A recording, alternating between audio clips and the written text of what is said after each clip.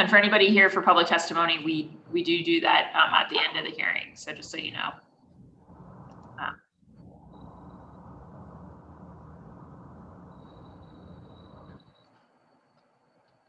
All right. Just so like 2 more minutes and then we'll get going.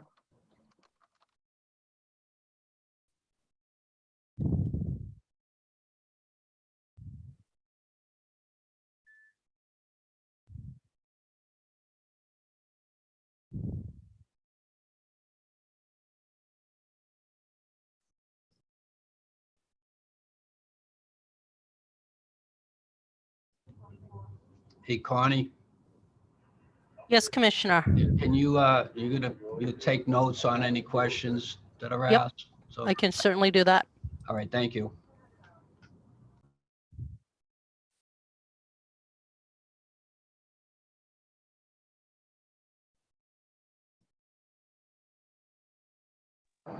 Carrie or Candace, are we ready? Ready to go when you are, Madam Chair. Great, thanks so much, Carrie. All right, I think it's time for us to go. So I'm calling this hearing of the City Council's Ways and Means Committee to order. For the record, my name is Kenzie Bach. I'm the District 8 City Councilor and also the Chair of Ways and Means. And this hearing is being recorded. It's being live streamed at boston.gov/city-council-tv.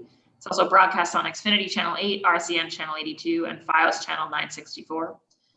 This hearing is part of a review process of about 35 working sessions and hearings that the council conducts during the budget season to hear from all of our departments as we consider the proposed budget. And we do encourage folks to come and testify and share your thoughts publicly in the Zoom here. You can sign up if you go to boston.gov/budget-testify. You also can submit a video there, which we can play at the end of hearings. You can send us written testimony at ccc.wm@boston.gov. And on June 3rd at 6 p.m., we'll have a dedicated public testimony hearing where you don't have to wait. You can just, we'll jump straight into the public testimony portion that evening. So that's next Thursday night. You can also informally tweet us your questions using the hashtag BOSSBudget, that's BOS budget. And to see our whole calendar, if you go to boston.gov/council-budget, you can see all the hearings that remain. There's still quite a number over the next few days. Today's hearing is on dockets 0524 to 0526, orders for the FY22 operating budget, including annual appropriations for departmental operations for the school department and for other post-employment benefits. Docket 0527 to 0528, orders for capital fund transfer appropriations. And docket 0529 to 0531, orders for the capital budget, including loan orders and lease purchase agreements. That's the whole bulk of budget filings, but today's actual focus area will be the Boston Fire Department. And we're very pleased to be joined by Commissioner John Dempsey and also Deputy Chief of Operations Bernard Tully, Joe McMahon, the Deputy Chief of Support Services. We've got Kathleen Judge, the Deputy Commissioner for Administration and Finance, and also Connie Wong, Deputy Commissioner for Labor and Legal. Commissioner, if I got any of those titles wrong, feel free to correct them in your remarks. I'm also joined here by my colleagues, Councillor Ed Flynn of District 2, Councillor Michael Flaherty at large, and Councillor Liz Braden, District 9, along with Councillor Anissa Asabi-George at large. And I do just want to also note the presence of John Soares, President of Local 718, and thank him for the written testimony the local submitted, and look forward to hearing from him in public testimony as well. Yeah, without further ado, Commissioner, I'll pass it over to you, and happy to hear from you and your team, and then we'll jump into councilor questions for the department. Okay, thank you, Madam Chair. First, I would like to thank Mayor Kim Janney for her support of the Boston Fire Department. I would also like to thank the mayor's staff and the Office of Budget Management for their diligence and insight as we prepare for FY22 budget. I would like to specifically thank Jim Williamson, Marianne Peckham, and David Urkovich for their assistance. I would also like to thank my budget team for composed of Deputy Commissioner of Admin and Finance, Kathleen Judge, and Senior Budget Analyst, Bill Zah, for their hard work they put into this year's budget process. I would also like to thank my command staff members for their work in assisting me with budget preparations for today's hearing. Acting Chief of Operations of Field Services, Bernie Tully, Chief of Operations for Support Services, Joe McMahon, and Deputy Commissioner for Labor Relations, Human Relations, Resources, and Legal Affairs, Connie Wong. And I would like to thank the City Council for your continued support of the Boston Fire Department and for holding this hearing on FY22 Fire Department budget. The past year has certainly presented many challenges for all of us, including the Boston Fire Department. We maintained full operations and continued to provide the highest level of public safety protection and services to the residents and visitors of the City of Boston. My thanks to all my firefighters and staff who showed up every day to do their job despite all the COVID-19 risks. As we get underway for the upcoming year, FY22 will be an important year for us on multiple fronts, particularly as we reopen many sectors of the economy and are returning many employees to the workplace. We must continue to monitor public safety and in a new post-COVID environment. The rest of our civilian staff who have been working remotely during the past year will be returning to workplace soon. Safety and the well-being of all BFD members, both uniform and civilian, remains a top priority. The mission of the BFD is to provide fire suppression and emergency services to the citizens of the City of Boston. Continued evaluation, updating, and training of tactics and strategy must always be maintained. We will also continue many of the initiatives that make the Boston Fire Department an efficient and first-rate operation. My goals will focus on the following areas. 1, health, safety, and wellness of all our firefighters and members. 2, maintain and upgrade the department's infrastructure, for example, the firehouses, apparatus, equipment, and IT connectivity. 3, continue the HR workplace trainings that were implemented and to expand on these trainings throughout the department. This training includes respectful workplace, sexual harassment, and suicide prevention. And 4, expand our firefighter outreach and recruitment efforts. And finally, 5, development of a fire cadet program. Along with putting out fires and responding to emergency incidents, we also need to focus on the administrative and HR side of management and leadership. That will be a key focus of my administration that will continue the progress we have made so far in ensuring that the BFD is a welcoming and safe work environment for everyone. I am also committed to ensuring the safety and dignity of all firefighters, including women and minorities. One of the main focus points is on officer accountability.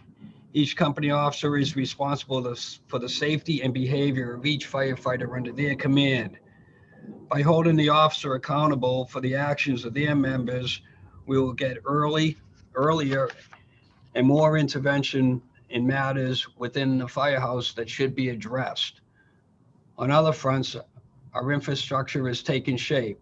The Safety, Health, and Wellness Division continues to do great work.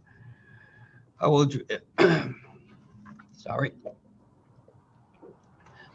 address some key highlights in these areas in turn.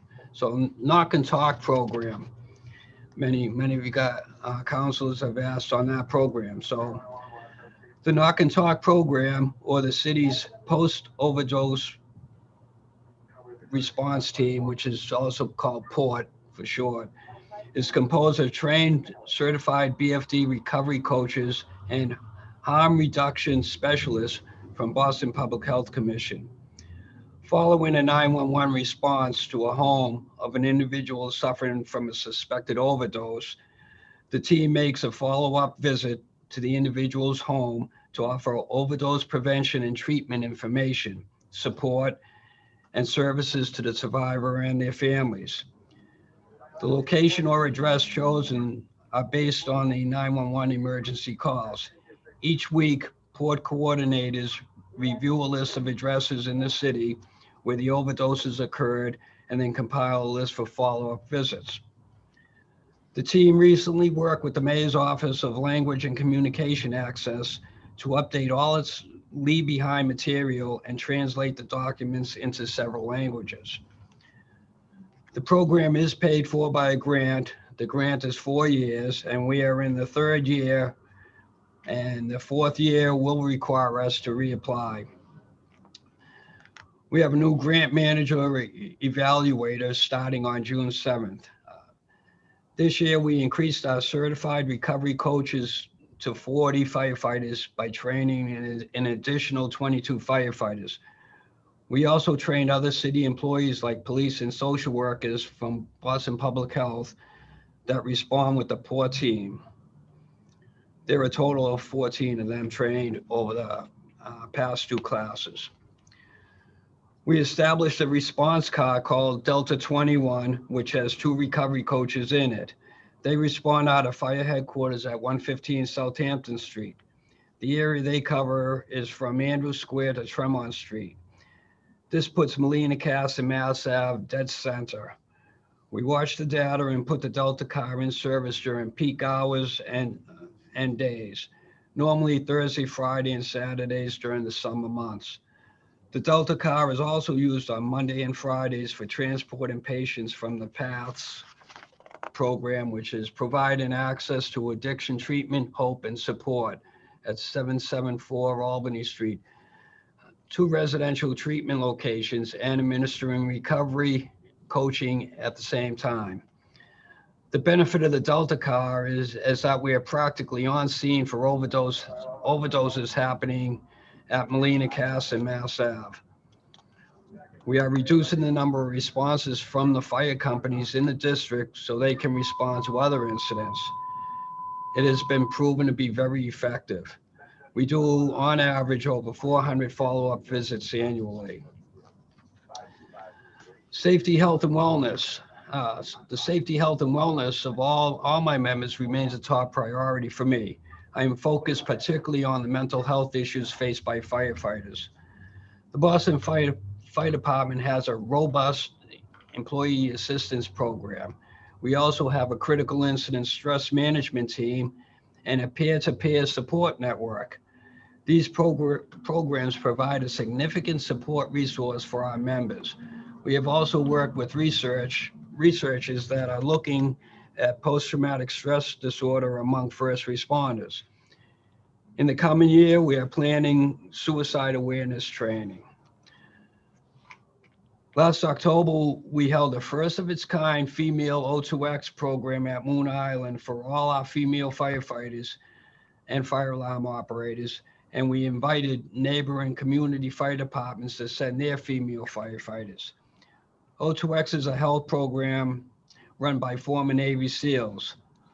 The focus is on physical conditioning, nutrition, sleep habits, and stress reduction. And this class was specifically tailored for women. Besides getting all this amazing training, it gave the female firefighters an opportunity to network with the out-of-city female firefighters and allow them to be in an all-female environment. The feedback was amazing. We will be looking to conduct more training similar to this in the future. Switching to firehouse and apparatus updates. With former Mayor Marty Walsh's support, we embarked on a significant apparatus replacement program. We have now replaced all our frontline apparatus with engines and ladder trucks that are designed to better work with the city's physical street layouts. As a result of new apparatus, we have been able to revitalize our reserve fleet. We will continue to invest in new apparatus following our replacement plan schedule that calls for the replacement of 3 engines and 2 ladder trucks on a rotating yearly plan that will replace older apparatus, ensuring that no frontline apparatus is older than 7 years and any spare apparatus not older than 10 years. We currently have 33 frontline engines and 21 frontline ladder trucks. During this current fiscal year, we will be taking delivery of 3 engines, 2 ladder trucks, and 1 heavy rescue truck. A replacement program in place will ensure our firefighters have functional apparatus and spare apparatus to protect the city and its residents and save money at the same time. For the replacement of firehouses, I'm happy to report that Engine 42, Rescue 2, and Eggleston Square is nearing completion. Many thanks to the construction workers who have found a way to stay on schedule despite the setbacks by COVID-19. We hope to move in by September of 2021, this September.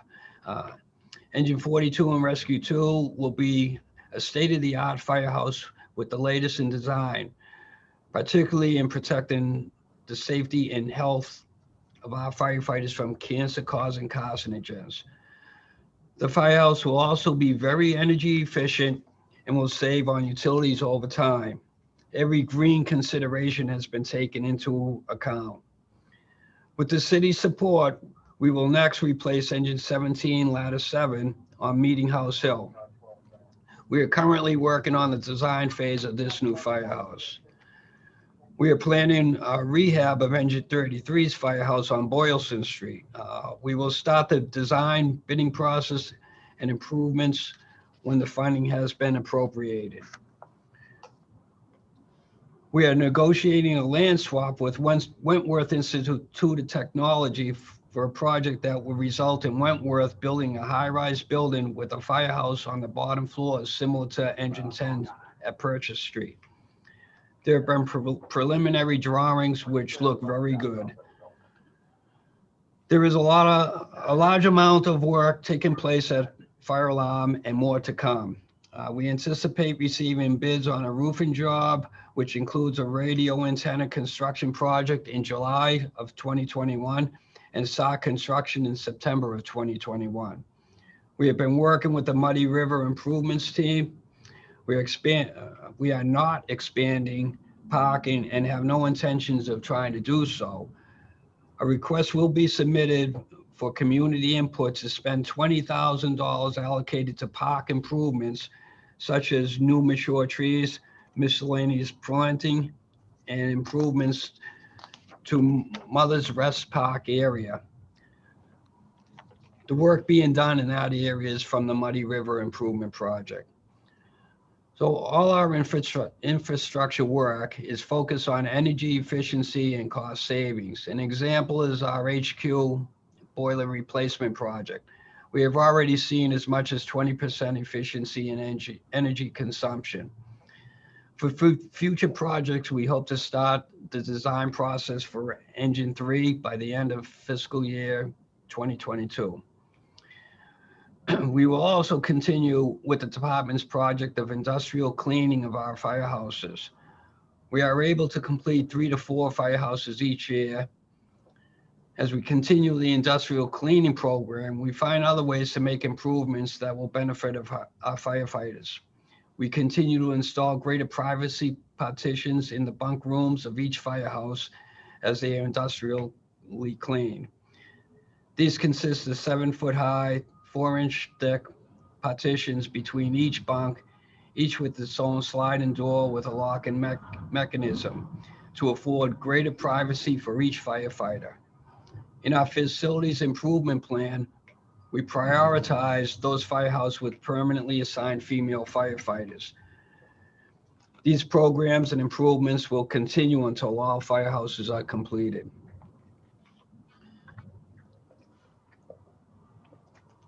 Recruiting and outreach. We are continuing our firefighter recruiting and outreach efforts. Next week, we are swearing in our newest class of 60 recruits. This class is 20% minority, continuing the trend of the past several classes with nearly a third of or more of each recruit class with diverse candidates. Some members of the new class were hired from selective language certifications with fluency in the top languages spoken in the city of Boston: Spanish, Haitian Creole, Vietnamese, and Cape Verdean. This class includes 1 female firefighter, making it the 3rd consecutive recruit class with at least 1 female firefighter. We are planning another recruit class in the coming year, actually 2 classes, be 85 people, which is funded by a SAFER grant, which will save the city millions of dollars over the course of that grant time. Sorry. And I remain committed to working with the Human Resources Department and its Civil Service Unit to identify diverse candidates. The department has 129 members who speak another language. Our members are in instant communication with our fire alarm office. If language interpretation is needed, our fire alarm operators will connect our field personnel with an interpreter. We also work with the city's language and communication access department to train our members of the department on language access. These efforts show the incremental improvements and progress the department is making in diversifying its recruit classes, utilizing tools and avenues currently available under the civil service hiring rules. Last December 2020, the state legislature passed a home rule petition for the Boston Fire Department Cadet Program. I am assembling an advisory team and a working group which will be working to develop and set parameters on what the cadet program will look like. This cadet program will be yet another tool by which the department can focus and augment its diversity efforts. This is a huge project that cannot be completed properly overnight. It's going to take time and money, and my intention is that we develop a model program. The department must hire according to prescribed law. Our recruitment team and our female firefighter liaison focused heavily on outreach efforts in Boston's minority neighborhoods and on female recruitment for the 2020 firefighter level entry exam. Their efforts paid off. The percentage of Boston minority and female candidates increased from the prior 2018 exam. This is due in large part to the efforts of our recruitment team. The department has been expanding its outreach and recruitment activities. For our recruitment efforts, the department has a two-pronged strategy. One, conduct outreach and recruitment to eligible age women and people of color at recruitment fairs through local civil and community organizations and institutions and with veteran organizations. And two, create a pipeline for future candidates by engaging with Boston's youth through the BFD's Teen Academy, the department's community enrichment program, and other fairs or conferences targeted for young Bostonians. The department's diversity recruitment officer continues to identify interventions in schools, military recruitment offices, and other youth engagement venues to get to a diverse population before they enter into a military service. We are hopeful that we will be able to attract diverse recruits after they return from active military service. Youth engagement recruitment efforts are important because it allows the department to share information with the city's teenage population about pursuing a fire service career with the Boston Fire Department through mentorship, career counseling, and on-the-job training. Some of the department's programs include the following: Boston Fire Department Teen Academy, a summer program in partnership with ABCD and the DYEE Summer Works program for the City of Boston youth between the ages of 14 and 18 to get an inside perspective of the Boston Fire Department. We also provide mentorship and leadership training skills for these youth. Last summer, despite COVID-19, we successfully held the Teen Academy program in person for 60 Boston teens with no COVID illnesses. We are currently underway to plan for another summer for up to 60 students. We have also engaged more youth through the BFD's Community Enrichment Program, a basketball league for Boston youth in the city's minority neighborhoods. The program was created several years ago and is organized and run by two minority Boston firefighters, providing the youth with mentorship and showing them a career path in the fire service and public safety. Partnership with the Boston Public Schools and its ROTC program to engage with high school students from every school to work with military recruits on fire education, military careers, fitness, and career counseling. It is also a good outreach tool for the department's teen academy program. We also continue to attend community meetings, job fairs, and other outreach events in every community in the city of Boston. Our recruitment officer has continued to focus on veteran recruitment and veteran outreach to help identify and zero in on our demographic-specific recruitment strategy. The recruitment officer works with the city's Veteran Services Department as well as with the state counterpart. We have also conducted outreach and recruitment with a number of veterans organizations and military recruitment programs, including PAYS, a program that helps identify local and Massachusetts veterans who are transitioning out of the military. Recruit Military, a military recruitment partner that holds career fairs with a focus on veterans, enabling the department to tap into their database to help identify qualified veterans for our recruitment efforts. Hire a Vet, which specializes in career fairs and employment opportunities for veterans, and Boston area military recruitment stations. HR and respectful workplace training. The department continues to work on the recommendations of the Hodge investigation report provided. We have already begun some of this work prior to issuance of the report and will continue working on the recommendations outlined.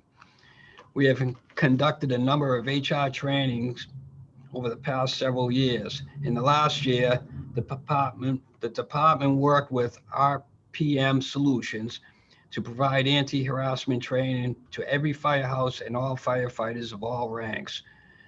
RPM Solutions is the vendor retained by the city and the department to develop a program to conduct training for all firefighters on every group in every firehouse. Even with COVID-19, we conducted and delivered this training in person with smaller class sizes and adhering to social distancing guidelines and other safety measures. To date, we have trained approximately half of the firehouses. With COVID restrictions lifting, we anticipate that we can now ramp up these training sessions and complete it sometime this fall. We also presented continuing respectful workplace training to all first-line officers at Fire College and plan a more robust and in-depth training for the department's junior officer leadership training program for newly promoted lieutenants. On other fronts, the department will continue to work on the following. BFD's rules and policies are undergoing review. I plan to convene a rules committee to focus on this revision.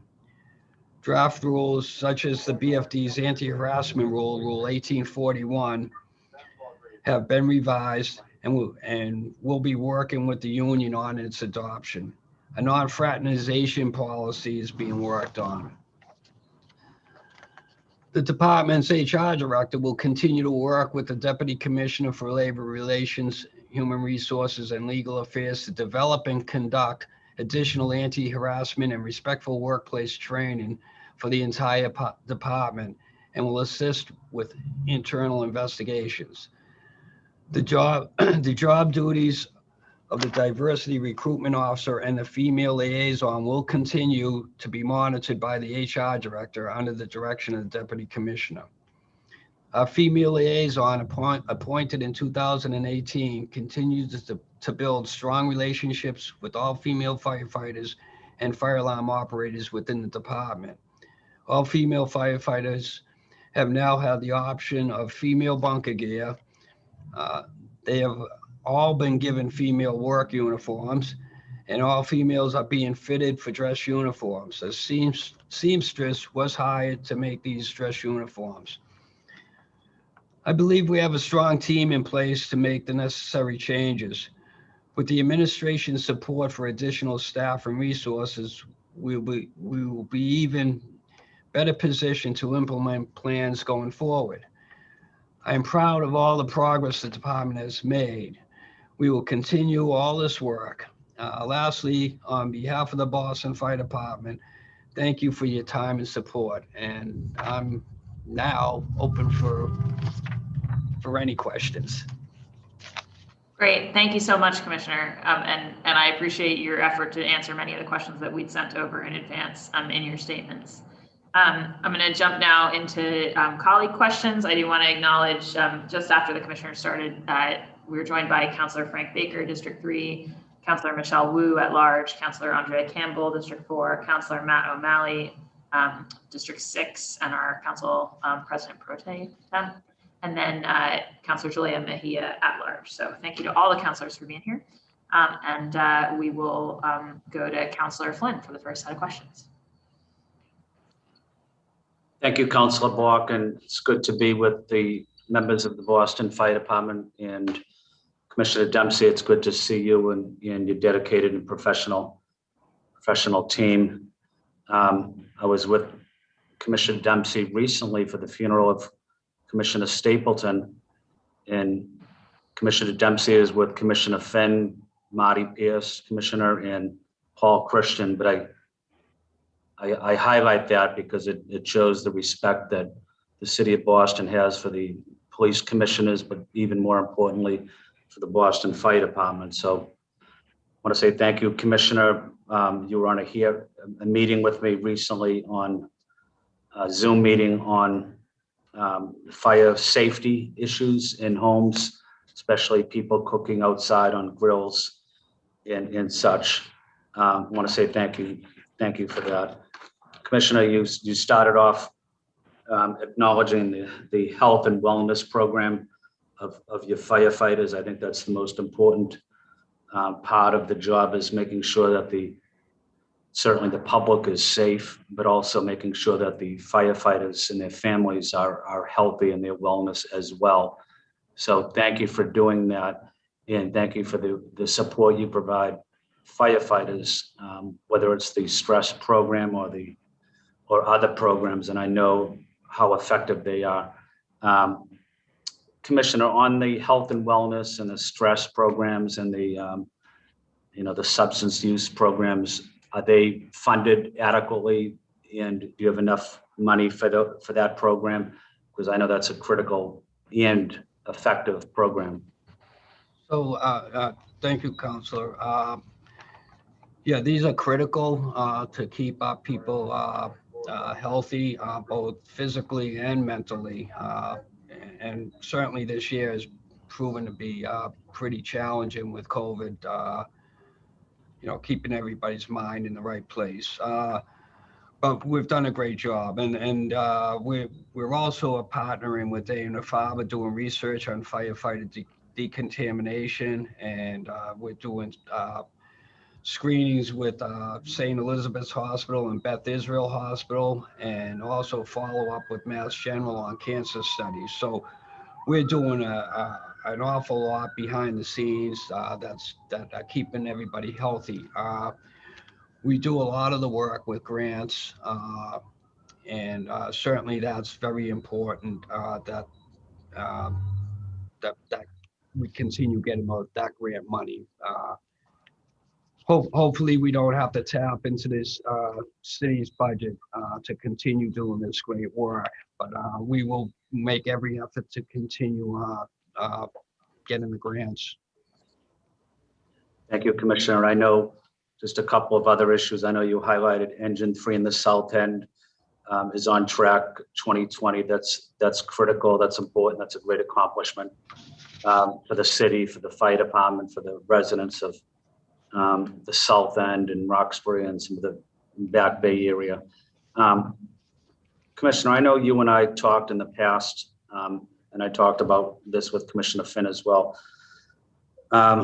I think we desperately need a fire presence in the South Boston waterfront.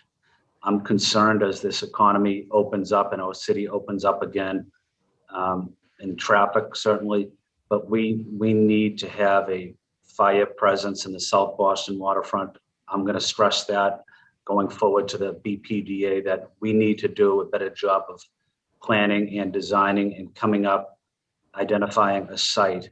And that's critical for the residents of the waterfront, the Fort Point, the South Boston, the downtown area is growing, but just want to see what your thoughts are on a presence in the South Boston waterfront.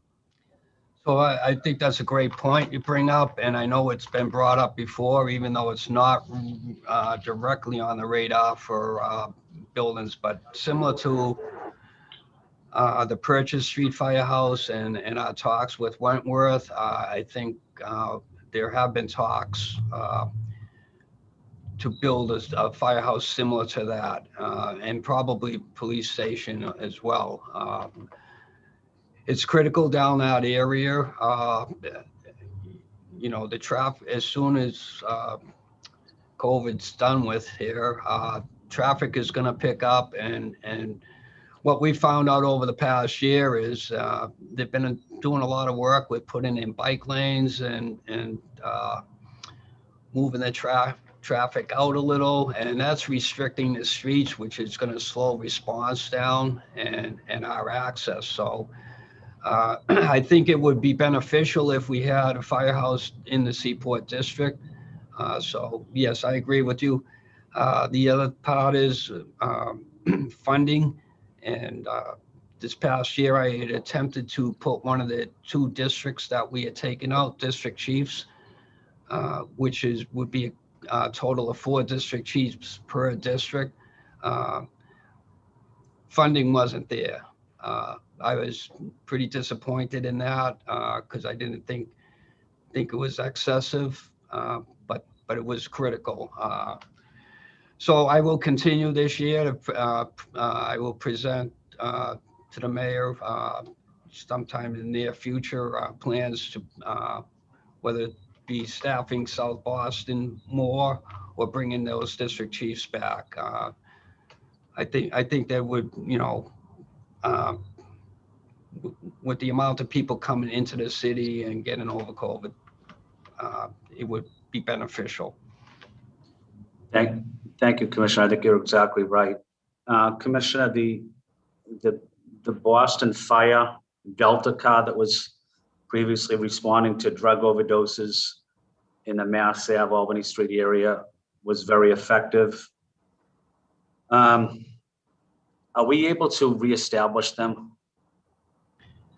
Yeah, so the what happens with that is we look at all the data, and in the wintertime, we don't stand it up because the numbers are way down. So summertime, the numbers are way up. We will be starting that probably within the next 2 weeks.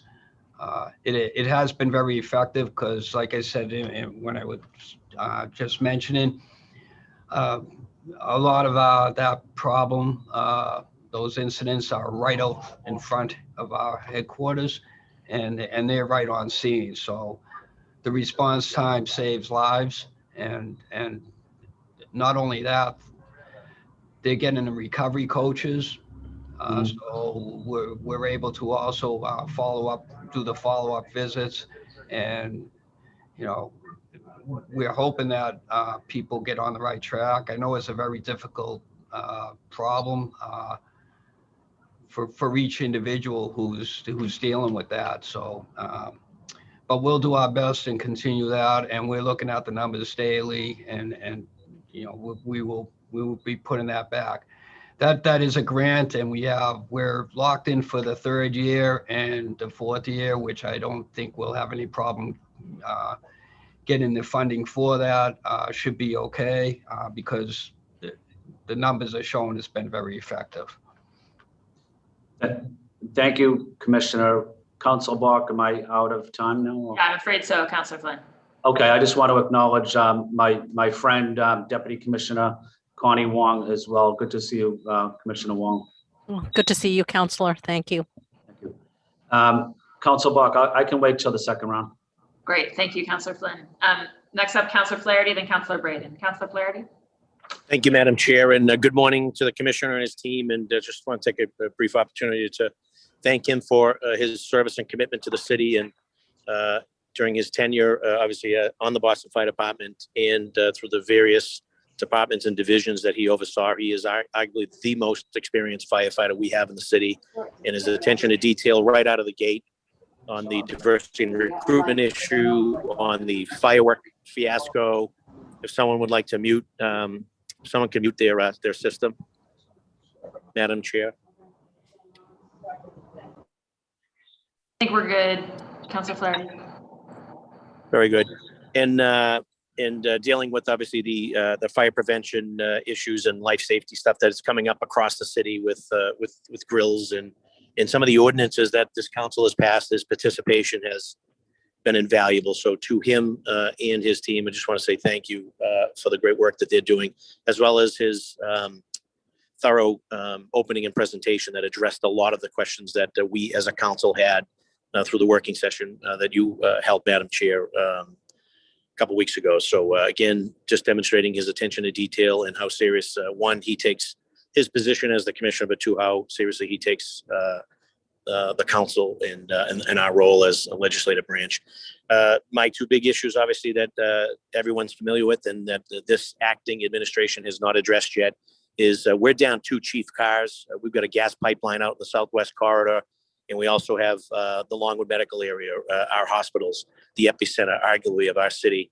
And with restoring those 2 chief cars, we also get the benefit of added diversity in decision-making positions with respect to deputies, captains, lieutenants, et cetera. So for whatever reason, and I know it started with a punitive response from the Menino administration, but we now have an opportunity through our commissioner to restore those 2 chief cars. I'm going to have an awful hard time voting for this budget unless I get at least one of those chief cars restored. So would like to get the commissioner's thoughts and opinions on those 2 chief cars that were eliminated, more political, more punitive and political innate reasons in nature, as opposed to life safety and really looking after the folks in the southwest corridor with respect to the gas pipeline and looking at our very precious Longwood Medical area and our hospitals.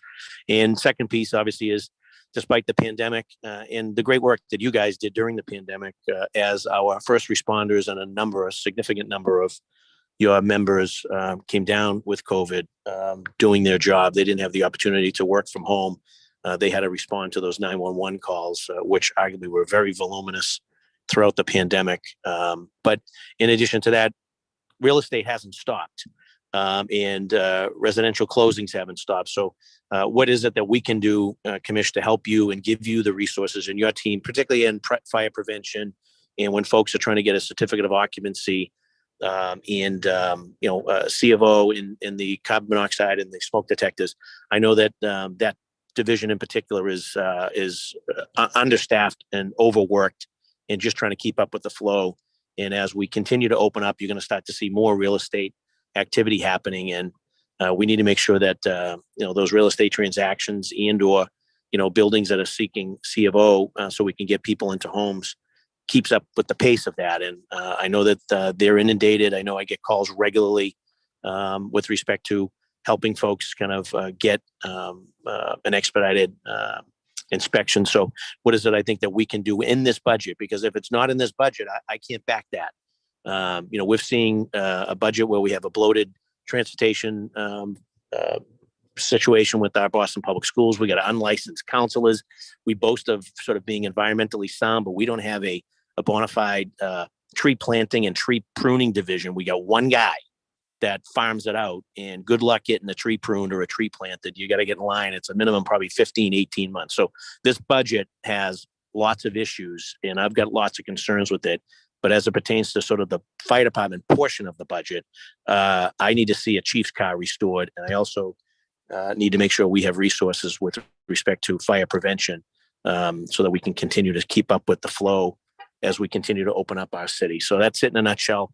and this isn't on you, Commish, because I know the great work that you do and your attention to detail, but there's a couple issues here that need to be addressed for me to turn around and be willing to support this budget, in addition to some of the others that I've mentioned, and there's more. So this acting administration is aware of these issues because they have participated in these hearings. They know that we're down 2 chiefs cars. They know that we have an opportunity in the backflow supporting those 2 chief cars that we could add instantly. We could add significant diversity in decision-making positions, but everyone wants to continue to ignore that. And obviously, then we want to make sure that over at fire prevention, we're giving you the tools that you need, and as well as the capital, making sure that we're making significant strides to get these firehouses up to standard. Many of them are in horrific condition due to the Menino administration ignoring the building conditions and making sure that you have the equipment and the most up-to-date technology, life-saving technology, quite frankly, for the public and also for your members, keeping your members safe. And you've made that a priority, obviously, in your tenure is the health and well-being of your members. So I appreciate the work you do. Look forward to listening to the answers, but I'm going to draw the line in the sand here, and I'm going to ask for that we have those 2 chief cars restored, and that we have fire prevention adequately funded and staffed so that we could keep up with the flow.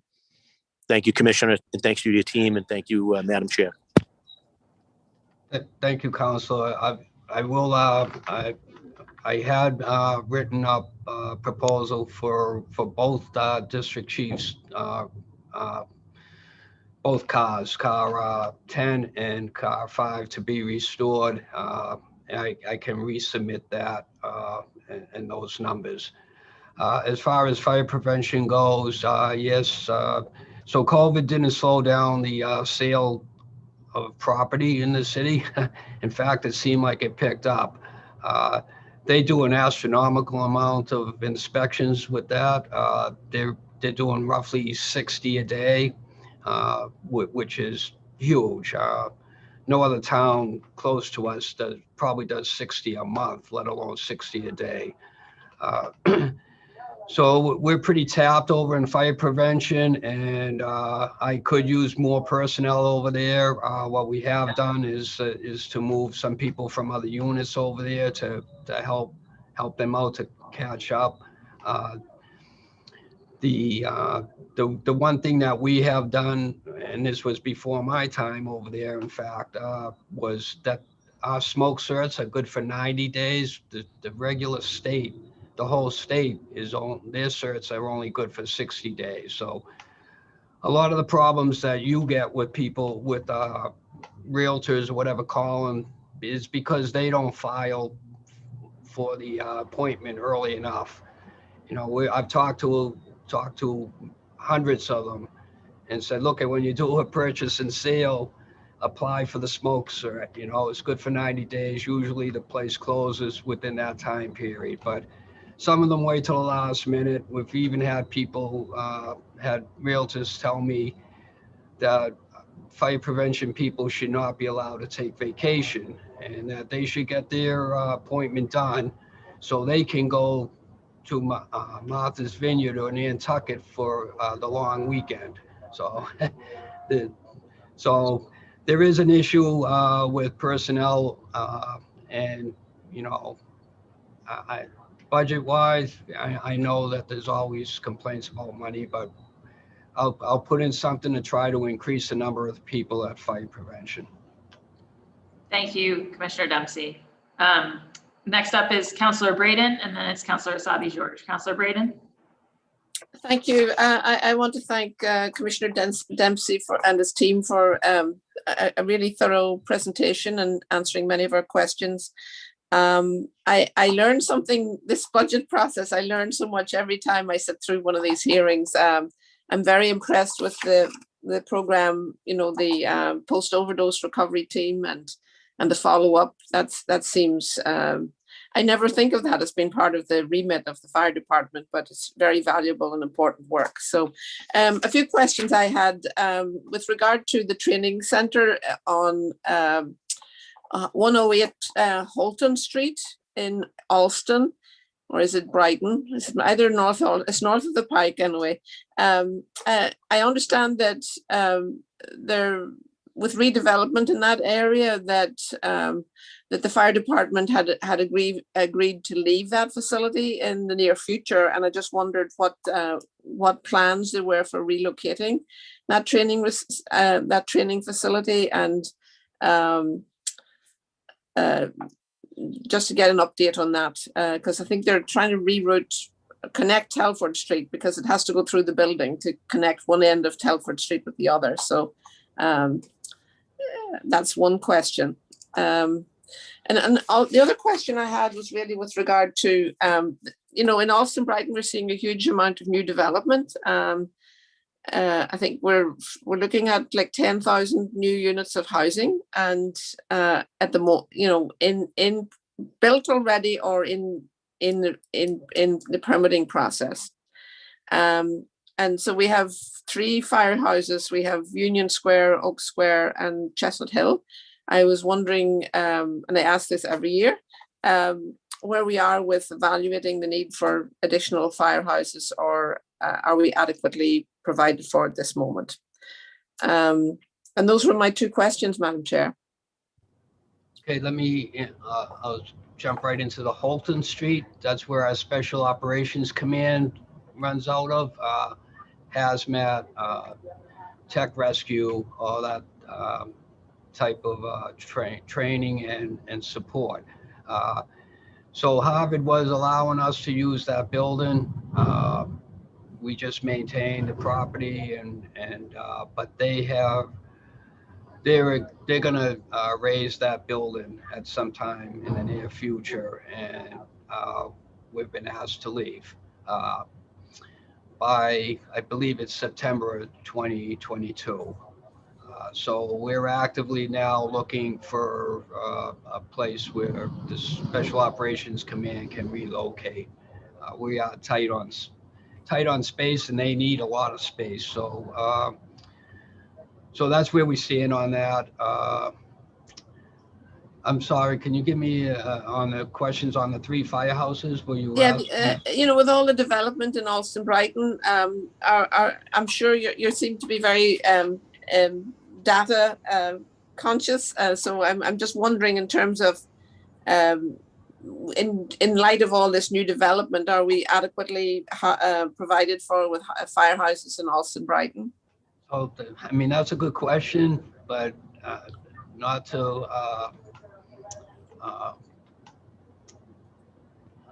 So the whole city is being developed. So we have this issue in every single neighborhood, pretty much. There's housing going up everywhere.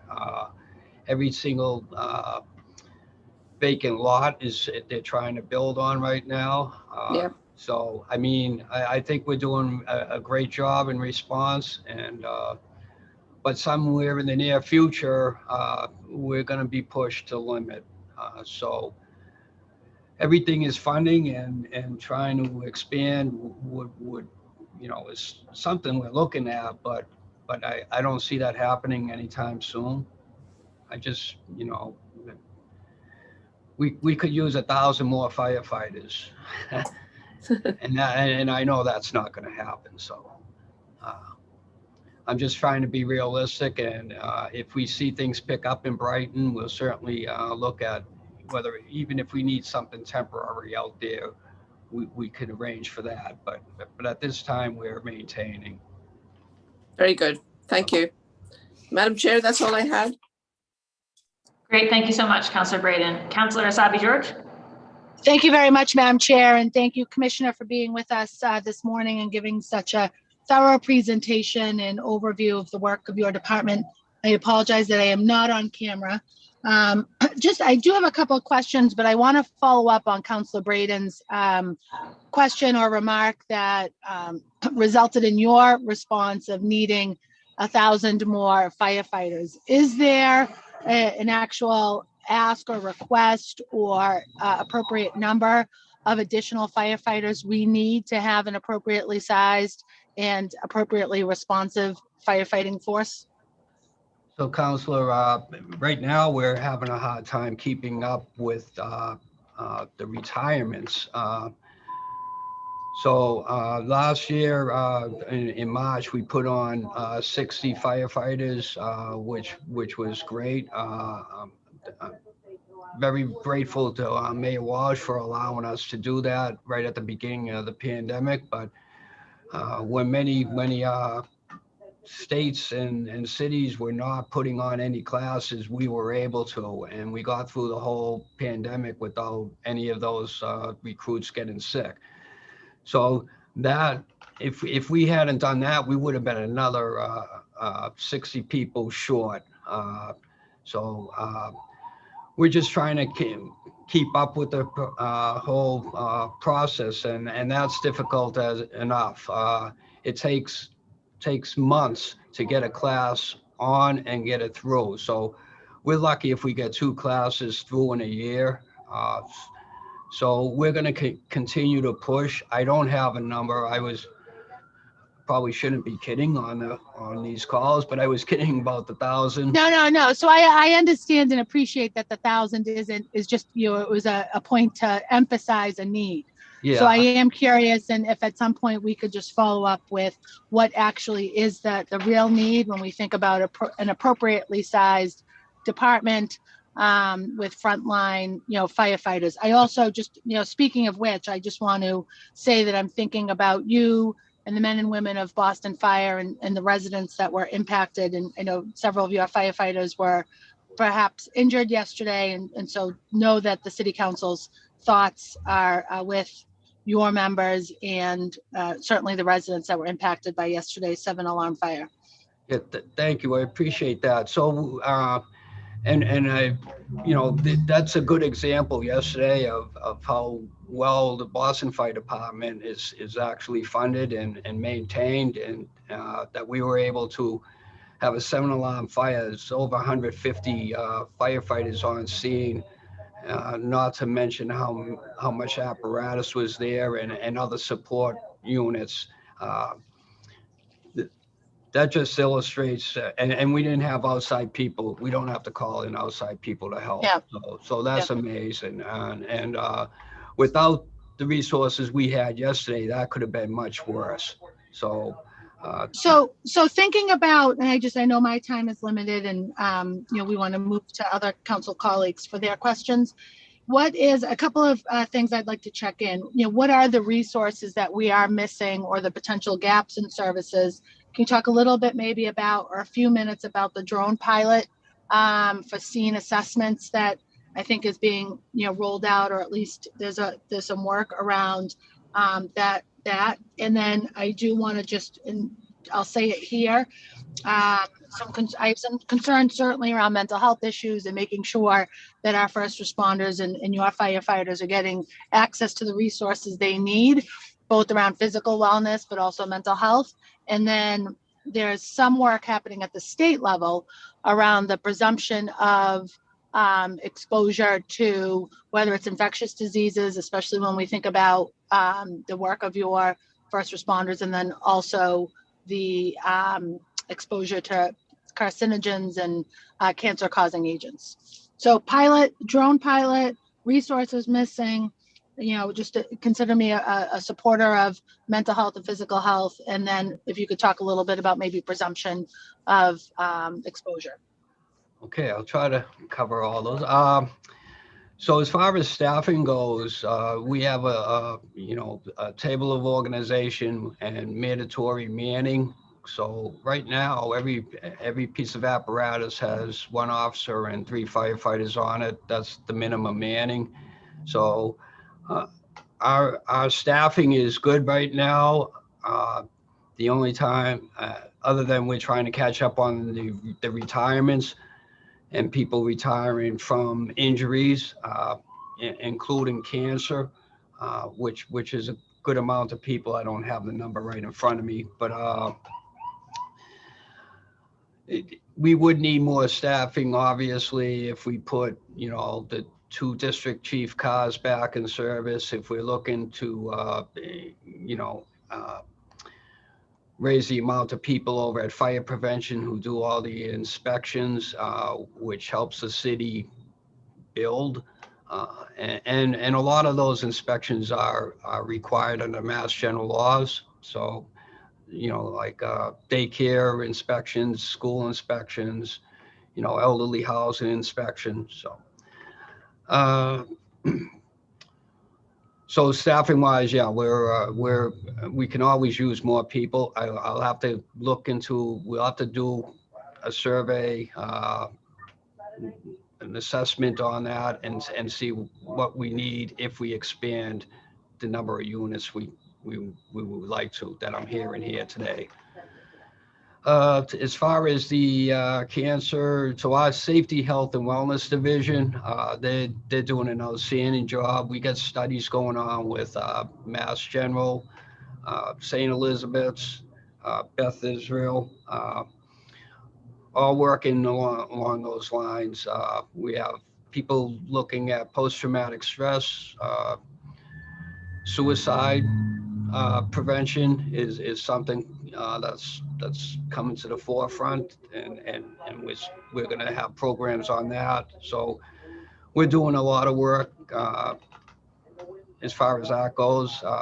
Legislation wise, I know there's something with the COVID-19 that's being proposed, and I mean, I think as far as COVID-19 goes, it's not just firefighters exposed or EMS people exposed. It's, everybody has been affected by this. So I love extra attention, but I don't, we're doing our job and we're protected doing our job. So I don't see a need for that. Most people, we've had, I think, 223 people were tested positive for COVID over the course of the pandemic, and everybody has recovered and gone back to work. So I don't see long-term effects that are impacting the Boston Fire Department from COVID-19 at this point. So, I'm not sure if I answered your questions fully. I know I'm out of time. The only other question I had, and it can wait until the next round, was on the drone pilot for scene assessment. Oh, okay. Thanks, Madam Chair. Yep. Thank you, Councillor Asabi George. Next up is Councillor Baker, and I should say that we were joined a while back by Councillor Lydia Edwards. So it'll be Councillor Baker and then Councillor Campbell. Councillor Baker. Thank you, Madam Chair. Good morning, Commissioner Dempsey. How are you today? I hope you're all right. Thank you, Council. In your initial statement, you covered a lot of what I was going to ask, and then also Councillor Flynn, had asked about we're all concerned about the seaport, making sure that they have coverage down there. You had spoke about the district chiefs, that you're well aware of it, and that you're advocating for that. Can you get into the Delta car a little bit more, Commissioner? You said it's coming back in 2 weeks. So do we actually lose the Delta car? And I think you said it was grant funded. And how do we make sure that we don't put that asset in jeopardy? So yes, it is grant funded, and I don't see that being in jeopardy at all. In fact, we've increased our recovery coaches to 40 of them. We did that this past year, which is phenomenal. It serves a great purpose right out. And I know you've been over here because I met you over here, and you see what we're up against. But these people, having the Delta car work out of headquarters, we're right on scene. I can't tell you how many people how many lives we've saved by that unit being there. That being said, the summertime is when activity actually picks up, in the area. So it's more effective then. We pay overtime to staff that car, and it's all on grant money, but we have to watch, we have to use it when it's effective. And in the winter months, it's not as critical. So when they're tied up, at ladder 4 or engine 14, engine 3, engine 22, they're going to respond to the area too. So it's not like we're not servicing the people in the area. It's just that that's an added bonus during the peak days and peak months. Yeah, and as we all know, we can all use the services. So is it the Delta car that responds? You talked about a follow-up on overdose response, like the next day or whatever. Is it Delta car that does that, or who does that?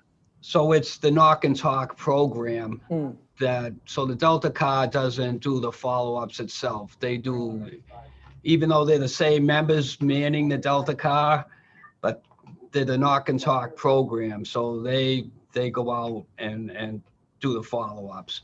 But the Delta car would stay here and respond to, opioid. Yeah. The Delta car remains in Mass and Cass. Yes. Okay, and because we get, this problem isn't just here; it's all over the city. And so, if a fire truck goes to an incident in West Roxbury, and the knock and talk program would follow up by going to the individual's home, and so that gets done all week. All those numbers get put together, coordinated, and then the knock and talk people go out and do their thing. Yeah, maybe as an aside, if I can, ask a question that maybe the chair can follow up. If we can get maybe just a sense of how many interactions they're having, Commissioner, and I don't need that in this, just as a follow-up email down the line. And you had mentioned that we were able to have a class of 60 last year, and you mentioned it in conjunction with retirements. So what do we have for retirements last year, and what do we foresee this year? I don't have the number of retirements. Yeah, we can do that as a follow-up also. The Wentworth Firehouse, I know we had lost a ladder in District 4, I believe. Would that Wentworth, the fire, have they cited it yet? And will that help to cover the loss of a ladder of ladder 13? Is there any sort of overlapping that happens with this newer Wentworth building? No, so the Wentworth building is just going to replace engine 37, ladder 26. Yeah. It's going to be right next door to it. Oh, okay. And it'll be better access, better space for us to get out of the firehouse, a bigger apron and everything, and it'll be a new modern firehouse, so we haven't lost a ladder truck, so I'm not sure. Oh, 13 in District 4, ladder 13? Oh, that was before my time. Yeah, years ago. I mean, yeah, way before my time. I think in 10 we lost it. So I certainly if there's funding and they want to put we would love to put more companies in service, Yeah. Okay. I have some numbers real quick for you. So we did follow up last year with 478 follow-ups. With the Delta car. Yes. Well, with the knock and talk program. Yeah. And we've distributed 2,700 plus units at Narcan to Boston Public Health, EMS, and Boston Police Department and others. So that, we distribute that. And we've also trained 123 people on how to administer Narcan. We've also helped 85 plus people into treatment. So pretty good. Yeah, that's a good amount of people in a year. Yes. Okay, and I don't know what this year's numbers are because we're not done. It runs from September to September, I guess. Yeah. The numbers. So. Okay, and then in your priorities, Jack, I like them: the health and safety, the infrastructure. We've come a long way in infrastructure as far as our our apparatus is concerned, those are really good. Workplace training, recruitment, and then can we talk a little bit about the cadet program, like how are we going to, as the city, your department, the union and the administration and city council, like how do we put together a cadet program? What do you foresee where the stakeholders all feel like they have buy-in, like, and in particular the unions, like what are we gonna, So- are they gonna have a seat at that table? Yeah, so I'm putting an advisory group and a working group together, and there will be members of the union on both of those, as well as the Vulcans. Yeah, So I think everybody, I think everybody will have a say. We're starting from ground zero on this, so Yeah. it's a big project, and right now I have to find ways to fund having these groups actually do the work. yeah, Nobody's going to do it on their own time, and yeah, because I don't have anybody that, as we've been talking about, administrative help. I don't have people that can just focus on that as a full-time job right now. yeah. And my favorite statement in all my hearings this year has been, what about Fed money? Can we use Fed money for it? Maybe. Yeah, I don't. Yeah, we'll see. I have asked if I could use the budgeted money for the cadet program for overtime for these working groups, and I was told no. So still working on how to fund that properly. Okay, Jack. Well, thank you for your time. It's great to see you. Thank you, Madam Chair. Thank Great. you, Council. Thank you so much, Councillor Baker. Next up is Councillor Campbell, and then it'll be Councillor O'Malley. Councillor Campbell? A little slow. Hey, thank you, Madam Chair, and thank you, Commissioner. And I echo, of course, the comments from my fellow council colleagues to your men and women in the department for their incredible work, particularly with respect to that big fire on Faison Street. So thank you. Of course, express that to you. And just thank you for the work this year in the midst of the pandemic. Obviously, it's been incredibly hard, and you and your team have been really responsive. And I also know on specific cases involving certain cases, women cases, a whole bunch of things, you always return the call and follow up. So I really appreciate that. A few questions, some have already been asked. The chief positions, I know Councillor Flaherty spoke a lot on that. We were actually advocating together at one point to Mayor Walsh on those positions, and also as a way to diversify, frankly, the department even more. So I just want to echo the comments of my fellow council colleagues on that. Anything I can do to support you in filling those positions, let me know. Inspections, I know that comes up quite a bit too, and came up today. We get calls, emails, folks are trying to close. Your city is costing me more money. And I'm like, hold on, let me call someone in the department. So anything we can do to be able to speed up that process. Also, here to partner in the work. I did hear some of the responses to the previous council colleagues, so won't drag on the point. And then on the fire cadet program, I know Councillor Baker asked some questions. Thank you for the follow-up and putting together a working group. I know we talked right after connecting with the union, the Vulcans, and your intentionality on wanting to bring together, frankly, everybody to be at the table to craft a program that will work for the fire department that may, of course, look different from what is at the police department. So I'll continue to stay in touch with you on that. A couple of questions, or one in particular, is racial equity training. There was $500,000 that was, this might have been a budget or two budgets ago. Where are we with that? I did see a little bit in the presentation in terms of actual training for the department. I think it was $500,000. Has there been training? What's the status? I believe that would have been for the RPM solutions training, which was the respectful workplace training. And if that's actually what we're talking about, that training has been going on all year, and it's going to continue. But there were restrictions with COVID, so RPM Solutions, which was hired by the city. They picked that Okay. contractor. I didn't know this, so that's why what you're saying is. Yeah, so they wanted to, they were the ones specifically saying we need to cut back on people and time. And they had people coming from outside the city, from other states and whatever during the pandemic. So Okay. there was a lot of problems with timing and how to get these people in to do the training and whatever, but they specifically wanted in-person training, which I think is very important. By the way, that training has been been well received by our membership, which is great.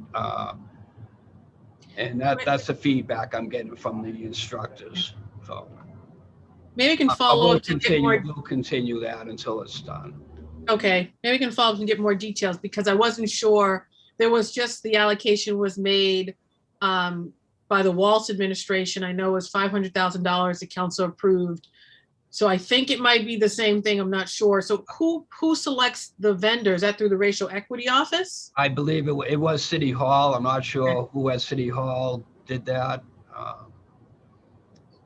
It's just like, do what we say. Yeah, that's what I was doing. But no, in all fairness, the program's been really good, and you're never sure when you do something like this how it's going to be received. But Okay. Surprisingly, it's been very well received. So.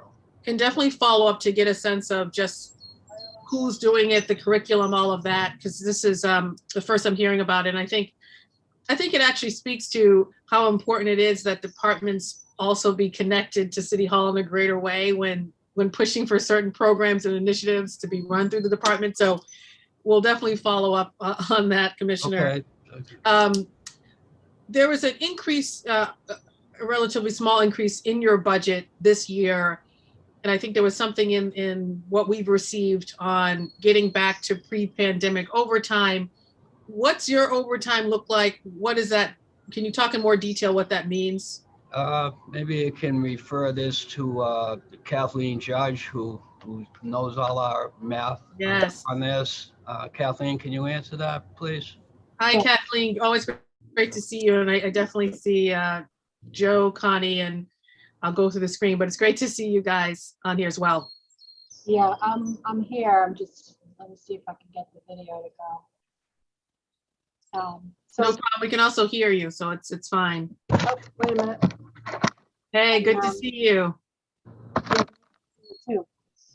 So the overtime has gone up. We actually did get an increase in the overtime because they restored it back to pre-pandemic. So we've got about $3 million more in overtime. We have seen an uptick in overtime as a result of minimum staffing. So they call it division strength. And in order to make sure, as the commissioner has described, that you have 1 in 3, which is 1 officer and 3 firefighters on every piece of apparatus, the third person in many cases of the firefighters is a person on overtime. So we are understaffed because, as the commissioner described, we're behind on replacing due to retirements.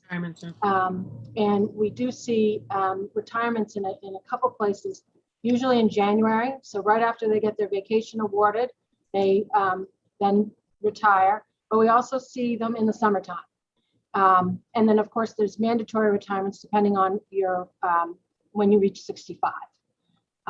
So we are a little behind on that, and in order then to meet minimum staffing, we do have to incur overtime.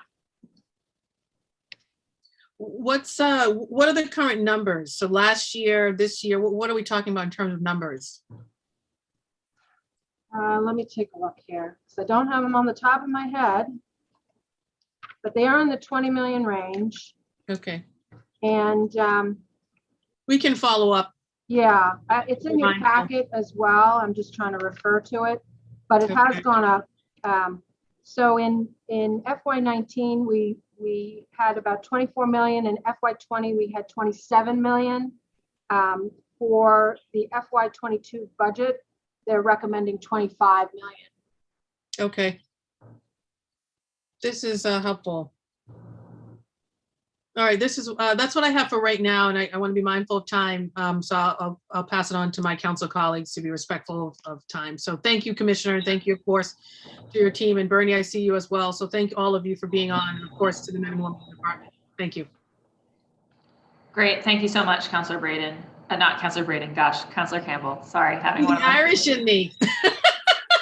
Gotta love it. Thank you, Next Kinsey. That's my cousin Andrea. Yeah, losing my mind over here. Next up is Councillor O'Malley, and then it'll be Councillor Mejia. Councillor O'Malley. Thank you, Councillor Flynn. Good afternoon, Commissioner Dempsey, to your incredible team. It's great to be with you. Obviously, I think all of us, I don't want to take up too much time, but want to acknowledge as all of my colleagues have the incredible bravery of Boston's brightest, the men and women of Boston Fire Department.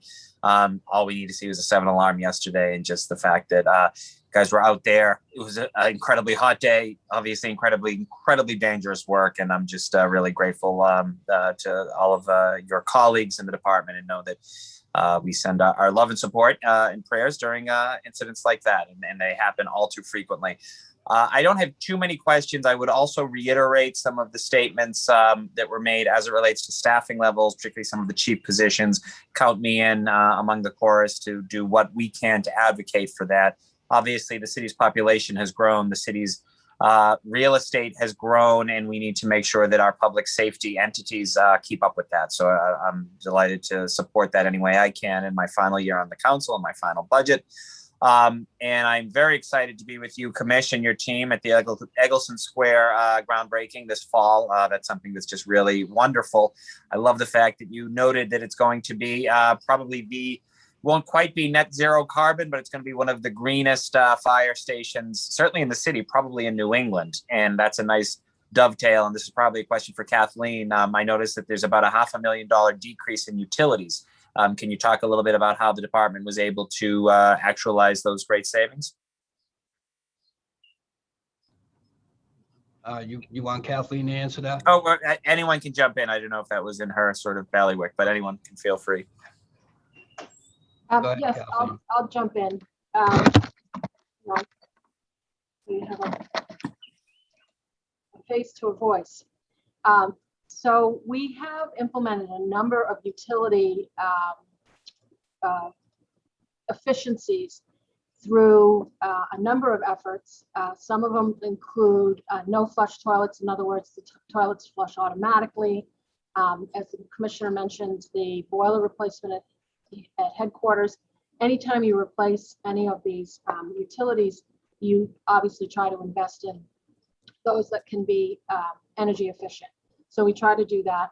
Of course, we're doing that at Engine 42. Anytime we can build a new firehouse and do a LEED Silver project, it will include automatically energy efficient resources. So we do look to implement all of those on a regular basis, and we've done very well and have improved our efficiency. The other thing that we implemented with respect to utilities, because utilities is not just your energy consumption, but it's also fuel. And Sure. we have a fuel management system in place that you can only use a fob if you have the fob, so that it will not lead to anyone just pulling up to a firehouse and using the gas receptacle. You have to now have a fob. So we've controlled a lot of the use of fuel and keeping it to the department as opposed to a public resource. So we've saved dollars from that initiative. That's great. And I look forward in the years ahead to even continue to save more, to advocate for electric vehicles for the non-fire trucks. I'm talking about the sedans that some of your colleagues may use a switch to electric. Obviously, I don't think we're quite. I look forward to the day when we can have EV fire trucks, but right now it probably is too large of a machinery to accommodate that well. But that's exciting. And again, saving nearly $500,000 in utility costs over a year is just a remarkable statistic, and underscores the fact that every fiscal conservative ought to be an environmentalist, because you will save taxpayers money. So well done there. And then, Commissioner, I'm curious. I ask this every year, and I'm particularly interested this year in terms of trends that we see. Obviously, buildings are being built safer, typically, but we're also seeing other trends sort of in terms of fires that may exist. I'm curious what our numbers look like, and you touched upon this earlier a little bit, given the fact that this was such a unique 14 months that we've had people at home more often. Any trends that we saw in Boston or perhaps in other major cities as it relates to the number of fires, the severity of the fires, etc.? So I haven't looked at it very closely, but what I have noticed is, so a couple of things on the new buildings going up all over the city. Fire prevention is very much involved in that, and from the beginning to the end. And so through the codes and the regulations, and sometimes I think we're a little bit excessive, but we're not. We're just looking out for people's safety, and that makes the building safer, and all the way with sprinklers and their alarm systems and everything. So that keeps everything to a smaller problems if there is one. We're very active in the construction process too, where we've had, if you remember back 2 years, I think it's 2 years, it might have been 3 years ago with the Dorchester Street fire. After that, we have a construction safety unit that goes out to all these sites.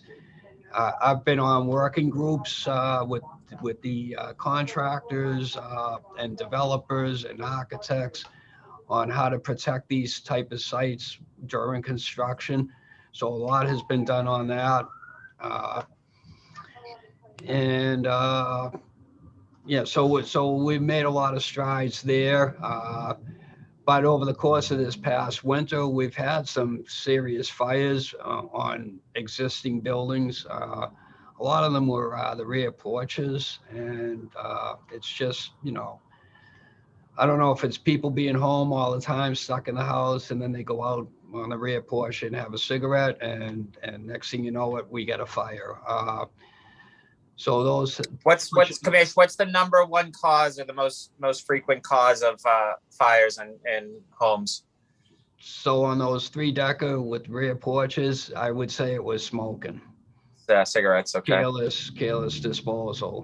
People don't realize they flick the cigarette off they try to flick it off the balcony or off the porch rather, and it ends up blowing back in, and it sits there for, could sit there for 2 hours. They go back to bed, and next thing you know it, the rear porches are going in. And a lot of these rear porches are old, and the wood's dried out, and so it doesn't take much. And once that gets going, it's pretty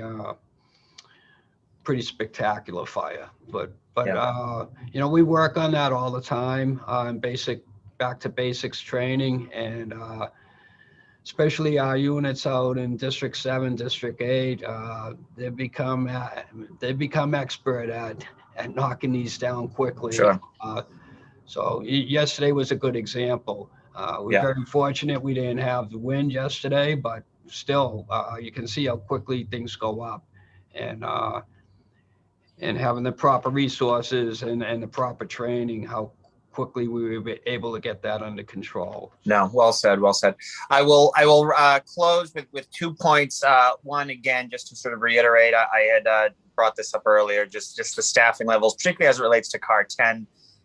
In my district, we have, much to the chagrin of many members of the community, a 750 TS line pipeline. You know this well, Commish. We've spoken at length. You and your team have been very supportive, but it is a real concern because it runs parallel with an active quarry, the only quarry in the city of Boston. So to have the peace of mind for my residents, for my neighbors, to know that we would have resources in the way of CAR 10 or additional support would go a long way to alleviating some concern as it relates to such a major piece of infrastructure. I would echo the comments of Councillor Flaherty and others in that need.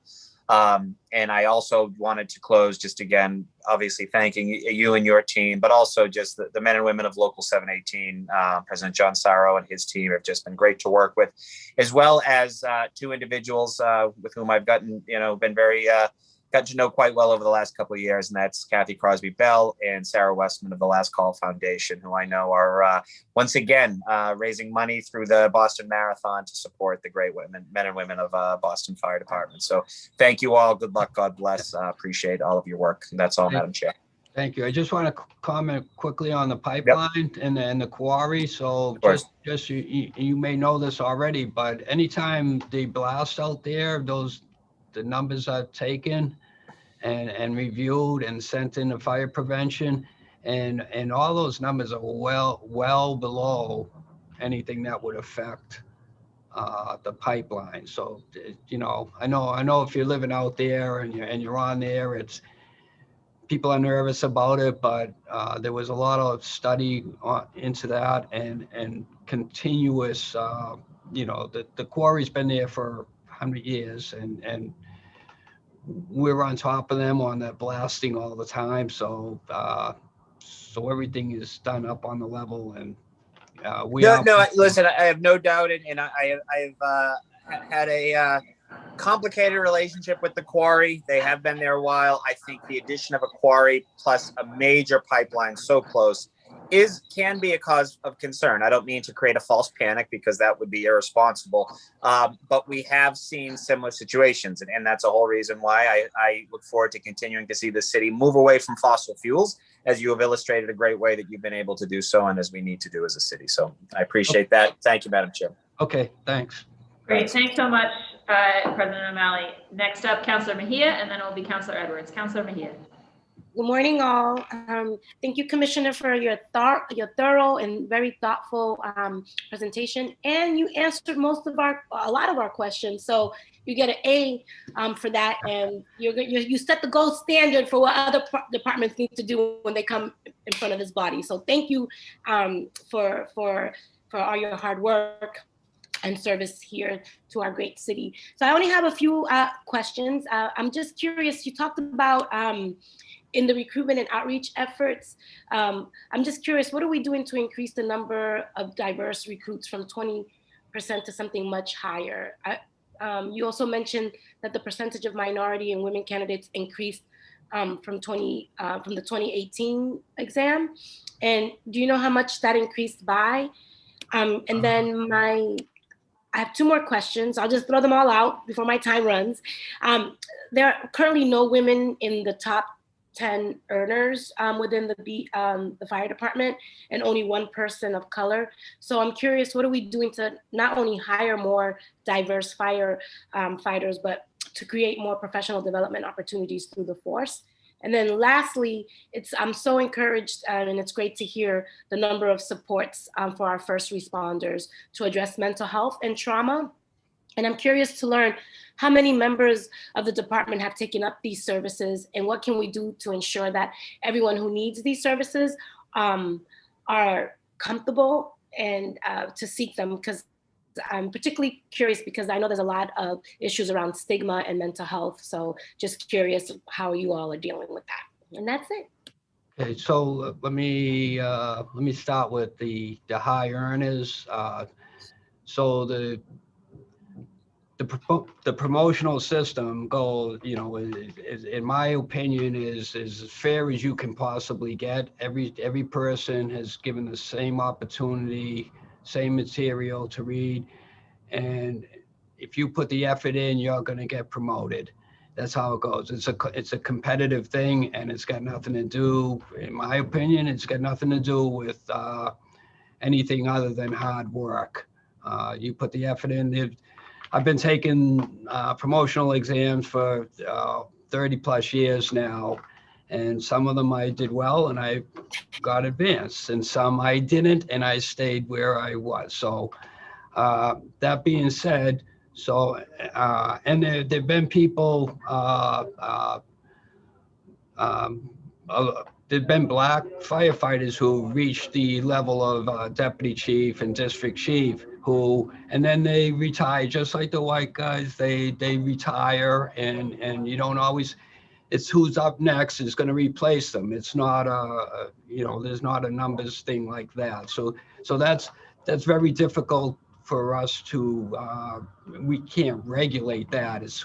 And the beauty of our promotional system is that if you study hard and you come out number one, and there's somebody retires or dies, unfortunately, and there's a promotion, you're going to get it. We don't care who you are. Mhm. So it's got nothing to do with race or gender.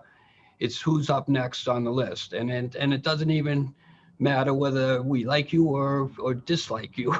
We're going to promote you. So it's a very fair system. So these top 10 earners, and so let me explain that not all the money they received to get to that top 10 came from just salary. A lot of that, I know a couple of the top earners, they're deputy chiefs, and granted they do make good money, but they also do a lot of paid details, and that supplements, that pushes them way up, and their paid detail pay is not at the deputy chief rate, it's at the firefighter rate. So, and the only way they get a paid detail is if no firefighters want that detail. So we go through all the firefighters first. So that's a detail that needs to be filled, and the deputy chief will work it at the firefighter rate. So these guys, so with the paid details, we have a lot of them, and anybody can, if somebody's that energetic and have that much, wants to, they can really, they can climb up close to the top of that with detail money. It's hard work, and I wouldn't, just like a police detail, I wouldn't do them, but they're go-getters. So these guys and women who are up there, a lot of that money comes from paid details, I believe, as well as their salaries. Certainly, if as a deputy chief you're making good money, or a district chief. So just to clear that up. And I'm what about in track. So yeah, and what about in regards to the would you be able to talk a little bit about the increase from 2018 to now, how much it increased by? Yeah, I don't have the exact numbers. I know talking, so I don't have the numbers exactly in front of me, but I know that with civil service for the exam, that the number of actual veterans and disabled veterans, those numbers have gone down some, so that actually opens opportunity for non-vets, even though we're still at the point where the where the veterans are the ones being hired, or the disabled vets. So civil service law is what it is, and that's what we have to go by. I have no. We are very strict all the way across the board for everybody that applies. So residency, drug testing, the whole thing. Everybody is treated exactly the same. And if you come in and you get through everything, you're on. So the other issue is so we use the language list. And that's sometimes, most of the people on the language list are minorities. So whether they're Spanish or Asian, so that does increase our numbers along those for the minorities. And then I'm just curious about how many of your firefighters and staff are taking advantage of some of the mental health and wellness support services, because I know there's a lot of stigma around that. So I'm just curious, have you been successful? Are people leaning into it and seeking it? So our EAP program is very busy. I don't know what the success rate is on that. I just know we don't have, a lot of people leaving because of it, but there is a lot of the veterans that coming do have post-traumatic stress, and so that's something that we're dealing with every day. We have a peer-to-peer support group, which is people within the firehouse who they can go to that's not even part of the EAP. And that resolves a lot of issues right there. If they got somebody to talk to that's on the same level as them, or that there is some, I think there's somewhat of a stigma of going to the EAP, you know, and you certainly don't want people to know that, you know, that type of thing is very personal, what people are going through in their own lives. So we encourage people anytime we see somebody that we feel, you know, in discussion or whatever, that seems like they could use that help, we encourage them. Yep. and offer that. But Thank you. as far as And numbers, I don't have. And I know that the gavel is probably right over my head at this point, but I just wanted to say thank you so very much to your entire team for all your hard work. We're really excited to be a big support, and thank you again for your thoroughness in your presentation and answering all of our questions. Thank you, thank you, thank you. Thank you, Council. Thank you. No more questions, Councillor Bach. I'm all good. Thank you. Great. Thank you, Councillor Mejia. Next up is Councillor Edwards. Councillor Edwards, you have the floor. Hi, thank you so much. I just wanted to first thank all of my ladders in District 1, specifically for generally just for being incredible city workers dedicated to the safety of East Boston, Charleston, and the North End. Specifically Engine 5, Engine 56, Ladder 21, Engine 9, Ladder 2, Engine 8, Ladder 1, and 32, Ladder 9. I just want to thank them. I did want to get into specifics about, and I'm sure I know you discussed the Fire Cadet Program a little at length. I wanted to make sure that I was clear on the residency component of it. I know it requires residency to a certain extent. Some things that were brought up to me was if it's so loosely defined, it's very easy to become a Boston resident in one day. And how is that preventing people from other parts of the state coming in? The other questions I have is regarding your diversity. If I can do the math pretty well, I saw that there was, am I correct, that there's 91 women in the Boston Fire Department? Is that what the chart is saying? 91 no, right? women? No, I mean, okay. 19 maybe, and then there would be fire alarm operators as well. Okay, so maybe it was including all of the employees. I'm just looking at the statistics. Yeah, that might be civilians included. Commissioner, that would be correct. It would be the entire fire department. Okay, so Civilian the last and time. uniform. All right, so we have the cadet program in Boston residency. How many women are currently on the Boston? Has it been an increase or decrease from last year? I would love a report or update on the implementation of the recommendations of the report that was done specific to culture within the fire and dealing with sex discrimination and hostility. And then finally, I'd love to hear a little bit more. Again, a lot of my questions, especially on recovery and the health and mental health and well-being of the firefighters, have been asked by my colleagues. I would like to know if there's going to be a concerted effort in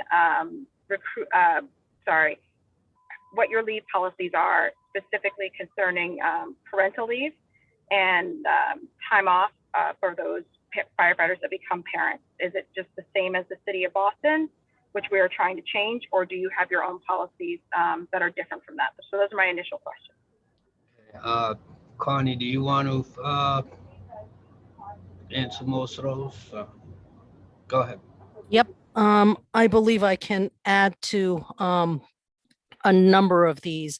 We have been working very hard on implementation of a number of the Hodge report recommendations. A lot of them are already in place.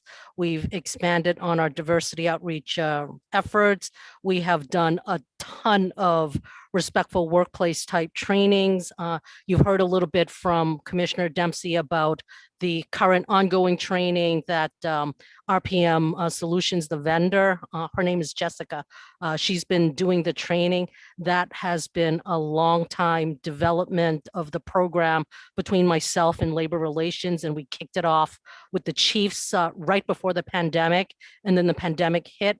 We all wanted to continue that in person, so we adhered to COVID safety guidelines and started rolling it out to firehouses, and one firehouse at a time because of social distancing requirements.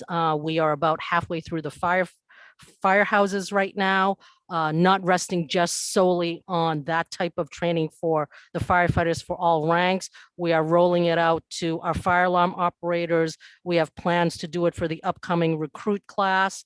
The HR director and myself have done other trainings for the line supervisors, if you will, the lieutenants and captains at their annual fire college. We plan to continue doing that for the junior officer leadership training, additional half days specifically focused on their roles and responsibilities. So that supplements a lot of the other trainings that have taken place in the last several years. In terms of the leave policy, the firefighters do follow the city's parental leave policy. And that's been in place for quite some time since their last round of their contract. And so if they get they want at the points of the 20%, 25%, 50%, 75%, they are allowed to supplement parental leave with their own leave time. So we do follow the city policy on that score right now. As to the diversity efforts, the recruit team, the last time, I have to give kudos and a shout out to them. They have done a phenomenal job, knowing that there's a lack of trying to recruit female applicants. They were very creative. They went out into all neighborhoods and they went to where the females were, whether it's like hair salons, nail salons, where females would congregate. They have divided up the neighborhoods and went out and made a good effort to recruit female applicants. I can tell you, because I keep track of a little bit of this data, in 2018, for the 2018 exam, there were only 59 female applicants. For the 2020 exam, it went up to 129 applicants. So you can see that they're making, it might seem like small efforts, but it is a good, concerted, strong effort to increase the numbers. Unfortunately, because of COVID, and it's not just females, a lot of people either chose not to complete the HRD exam process. So some people didn't complete the written exam and some people didn't complete the physical abilities test portion of it. So I don't have the data on the final results. But in terms of the females on the eligible list, it's pretty consistent with past years. So that's what I have on the diversity numbers. And the last three classes, the diversity rate, I believe the commissioner said it was about a third, and that has been consistent. And that's through the use of selective language certifications and the regular lists. And I have been very successful in getting HRD to allow for selective language certifications. This should be the 4th year running. I started with only Spanish and Haitian Creole, was able to expand that to Chinese languages, then Vietnamese languages, and fighting with HRD, and finally got Cape Verdean language. So I got all 5 top languages spoken in the city of Boston for the last recruit class, and I anticipate gunning for it again going forward for the next few recruit classes. So that's where we stand on diversity numbers. We have 19. So sorry. I'm sorry. You have 19 women, and last year, Yes. how many women did you have? Last year we had 19, but 1 resigned. So we're still at 19. Okay. So with the upcoming. Right. So there's been no I know I appreciate the effort, but there's been no actual increase in the number of women in the fire department. If you're asking raw numbers, then no, but you have to look at it this way. And we would love to have more I'm going to look at it the way firefighters. I'm going to look at it. Okay, which is fine. I appreciate Okay. this, but I'm going to look at it the way I look at it. Okay. Yep. And I do, and I'm acknowledging the effort, right? I would note that, you know, women are obviously in more places than nail salons and hair salons. I mean, I would Yep. look at college campuses, college athletes, and looking Yeah, at all of those these were just different- examples. We've right? gone to all those places. Okay. All right. And so the retrofitting of the bathrooms, is that complete? I'm sorry, you were I know breaking that was up. part of the. You Councillor were Edwards, breaking you up a started little. breaking The up. retro.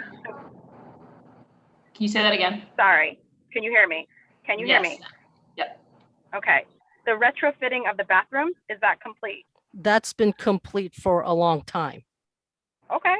And then in terms of the, I do know that there was an issue with one of with the culture and one of the complainants coming back into the firehouse after having basically gone to court, brought another member to trial, and he was found guilty. And so that return culture, and the, I guess, retaliation or whatever she felt coming back, how has that been addressed? First things first, putting on my legal hat, I don't want to get into specifics of actual personnel issues in this forum. What I can tell you is what the department has done in terms of the training we've done. Each time there are issues, we would we send the HR director as well as the personnel chief out to the firehouses and do some in-house training prior to members returning to work. So that's part of the ongoing training that we've been doing for the last couple of years. So it's not just the one-off training that we're doing with the vendor right now. We're consistently doing firehouse trainings. As needed, we consistently do trainings for the lieutenants and the captains. We always have ongoing training for the chiefs and the deputies. So what is your metric for any of these trainings being successful? What's your metric? I mean, having a training isn't is not an accomplishment, right? Having it isn't the accomplishment. What the end results, the culture change, how are you measuring that they're actually working? Well, I beg to differ. I think trainings are helpful, and I can tell you that right now for the training underway. I didn't say that. Yes. I didn't say that. And I want to be for very clear. I didn't say that they weren't helpful. I said that they are not an accomplishment. Having it isn't like mission accomplished. We had the training, right? The end result of that training, how are you measuring that it's actually landing, that it's making a difference? And I can answer that. I can answer that.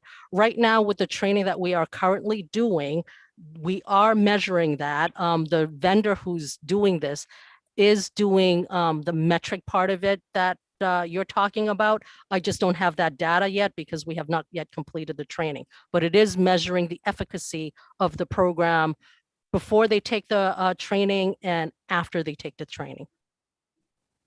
And when will that data be available? When the training is complete, and right now we are only at about halfway of all the firehouses because we had to slow it down due to COVID.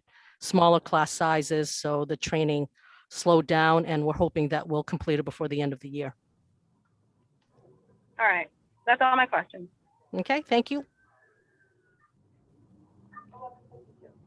Thank you, Councillor Edwards.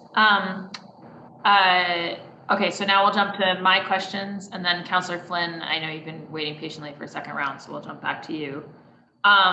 I guess, Commissioner, if you could talk a little bit, this adding chief cars, my impression is that that's more than one position. That's like a whole suite of positions that comes with that.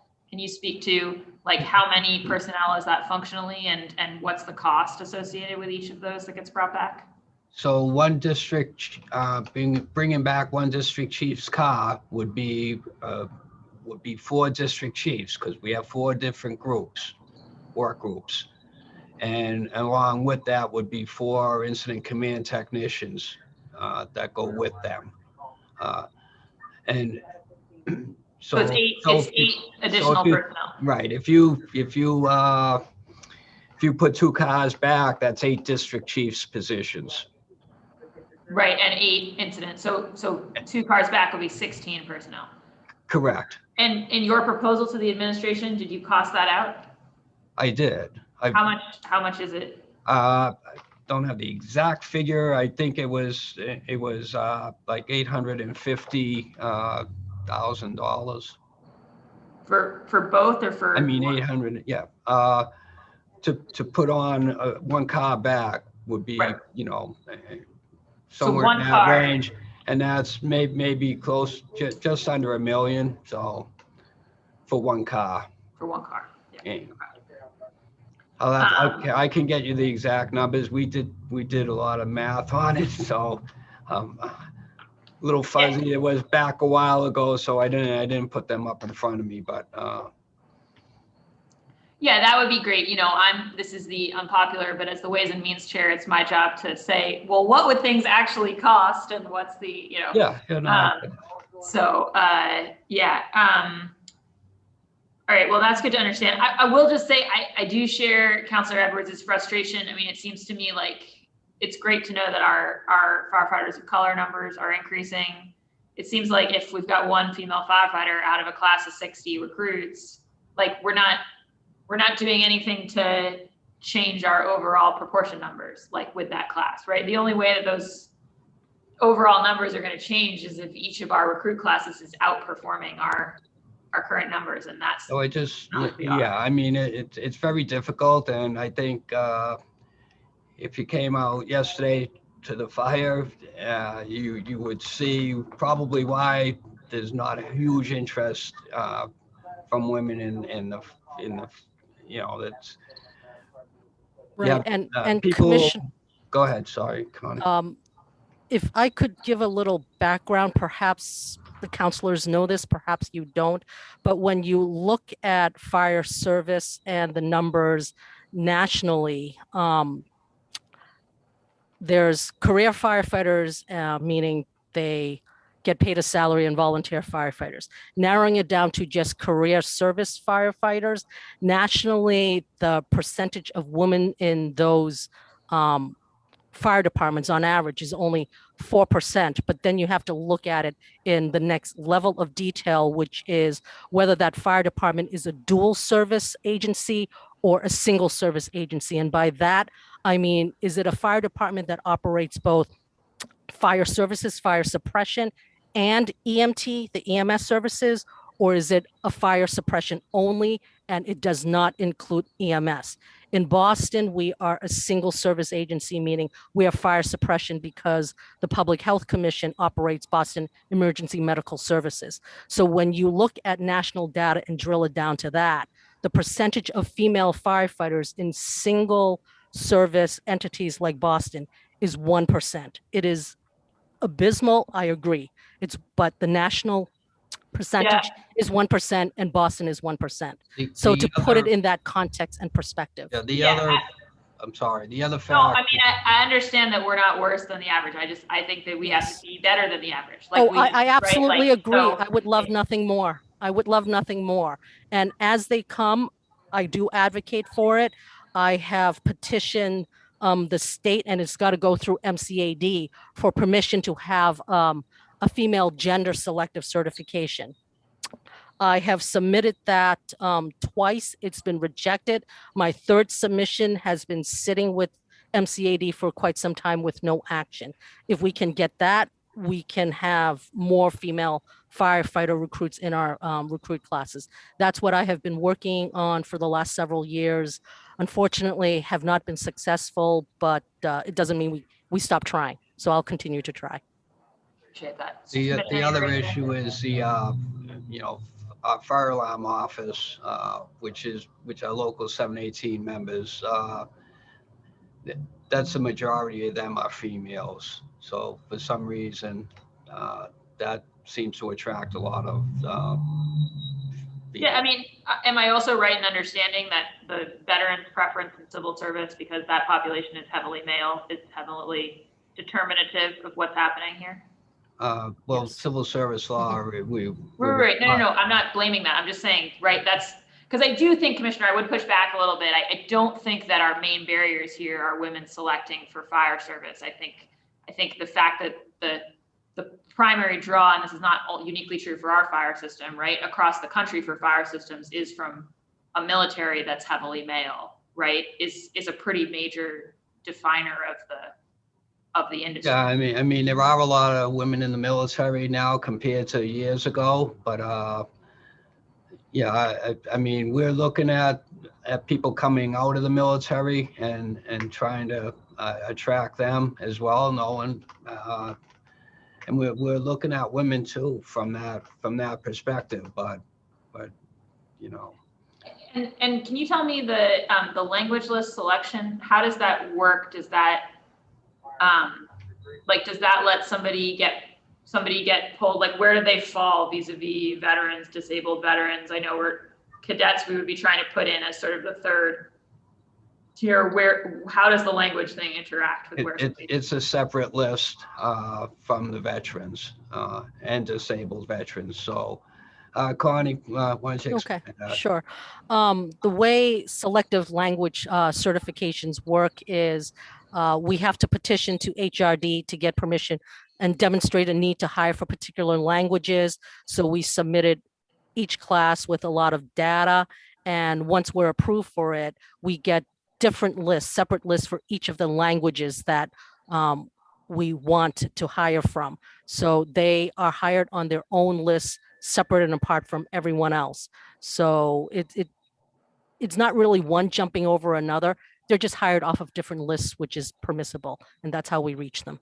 Sorry, you said who has to approve that? HRD? HRD, I'm sorry. HRD is the Human Resources Department at the state level. They have a civil service unit that governs, runs, and administers the entry-level civil service examinations, and they oversee the hiring process, if you will. Got it. And so how many of those language list positions are we currently approved for from HRD? We have to do it each time we hire for a recruit class. So it's not like you get a blanket blessing from the state to hire each time. So for every single recruit class, I have to send a separate request for each language. So my intention, I got 5 languages the last couple of times. My intention is to apply for the same 5 languages for the next recruit class we'll put on later this year or early next year. And in applying for those, do you get, like, for each of those 5 languages, are you getting 1 spot? Are you getting 2 spots? Like, how does it? I think we have like 15 for this current class going on. Yeah, it averages between 12 to 15, and it's based on demonstrated need and our class size or our budget size, if you will. So typically knowing that there's, let's say, for example, a large number of Spanish speakers on the Boston list, I would ask for more vacancies for Spanish speakers, because if you think about it, you also have to make sure they meet age requirements and residency requirements. So there are other factors in place as to how many vacancies you'd be asking for.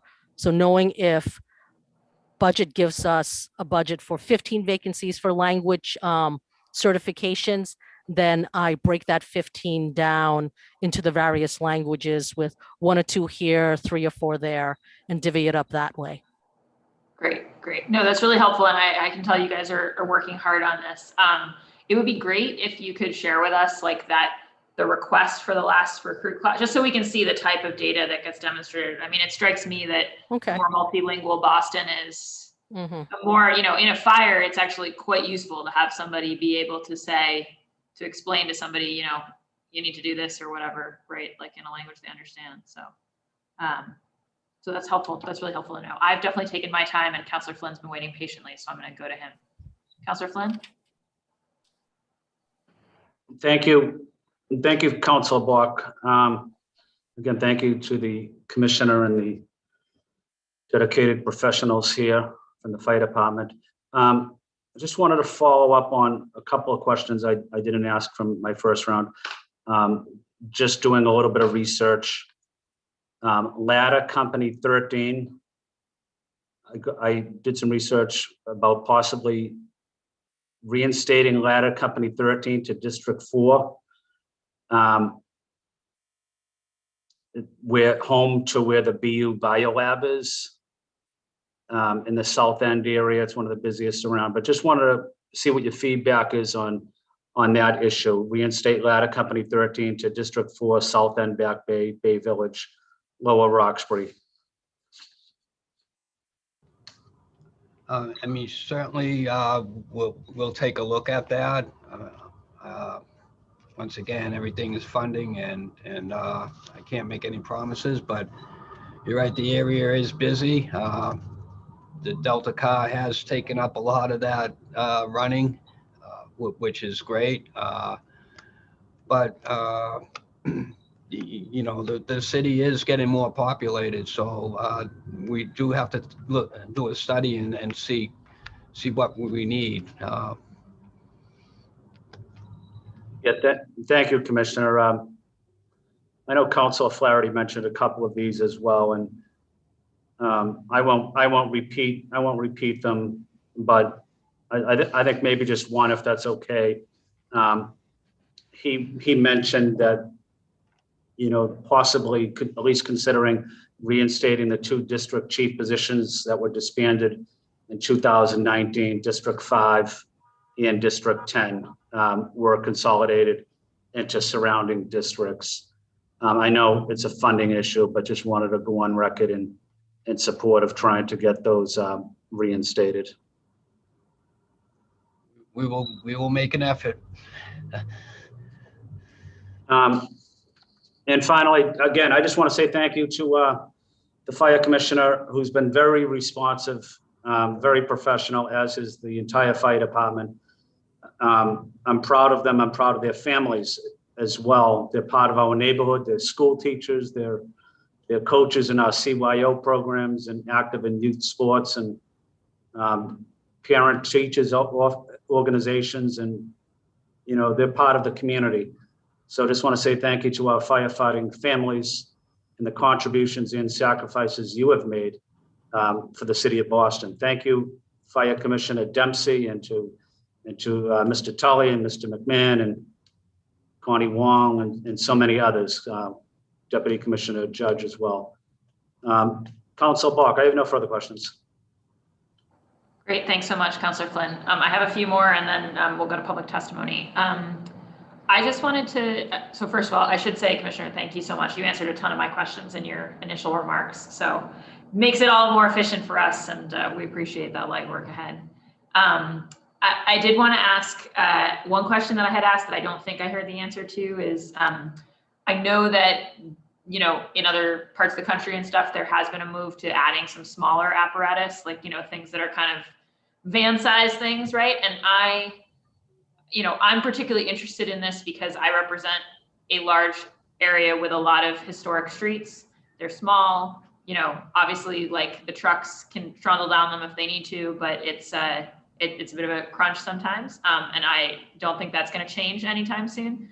So I'm just interested in kind of and I know I looked at some data that said, you know, a lot of say like, because so many things you guys get called to are smoke detector stuff and things, right, where sending somebody in a smaller apparatus might be able to work.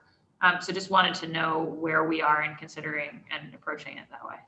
So we have to have minimum manning and so if we had something small, first of all, the apparatus we're buying now, the engines and the trucks are actually a little bit smaller and more maneuverable around those streets, and we purposely looked at that. So that's a step in the right direction.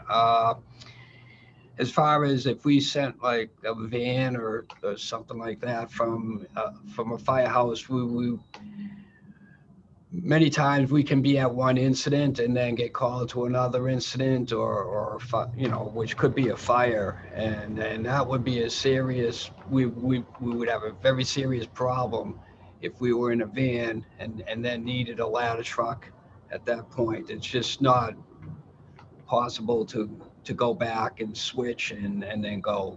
That's a lot of time lost. So I just don't see it as something that we can do other than something like the Delta car really works. And many times in storms, we'll put Delta cars on in different parts of the city that can get to if it's a windstorm or a snowstorm and we got wires down, they can respond because and then they stay on scene, so it frees up the full size apparatus for more major incidents. But that's all overtime funding, so. Yes, I was going to ask about that. I guess why is the Delta car, or say we had more of those, like why is that an overtime thing as opposed to being a regular function of the department? Because it's not we don't have manning for that. Right, but I guess so, but this is how, I'm just asking, so this is how we choose to structure things, right? Is that we have our minimum manning is based on our big apparatus and therefore everything else is extra. I guess what I'm saying is like, there's a world in which if you're gonna do something all the time, and we push the police department on this too, right? Like it would be better to officially do it all the time and have it be under regular hours than to be paying time and a half for it. Right, but well, so we're looking at, you're right, looking at full-time, let's say the Delta cars for storms. We don't have storms every day, so it would be waste of money to have that resource there every day. Same thing with the Delta cars. I was explaining, even though it's overtime, we're doing it 3-4 months when it's peak and it's cost effective to do it that way. We wouldn't get the full bang for our buck if we did it all year. Mm-hmm. Does that make sense? Yeah, I mean, we can look at it, but I'd be surprised if it was going to be a money saver somewhere down the line and worth the service. I mean, in these engines that we have fit down tight streets and whatever, and yeah, no, I think it's more a question of if there were types of calls that you had somebody, small routinely covering, because I take your point about, well, we don't want to be on this call and then have get called to a real fire. I think the idea is like, given the fact that all the fire prevention stuff that you guys work with everybody on construction, right, has all gotten a lot better. We have, right, over the last few decades, over the last century, seen a decline in big fires overall because of all that really important work. So I think the idea is more of a repositioning where you leave the apparatuses in the firehouse except for the real fires, and you sort of shift to meet a lot of the types of calls. But I understand this is your business, not mine. So it's just something that I was reading about elsewhere and wanted to. I mean, we can look into it, how it's done elsewhere in the country maybe, and see if we can find something that's working effectively. But as of right now, I think our best bet is the use of Delta cars. Got it. Okay. For peak periods, storms, and like the opioid crisis, but beyond that, it's more manning and more space and more equipment, and you'll be yelling at me for spending more money. Indeed.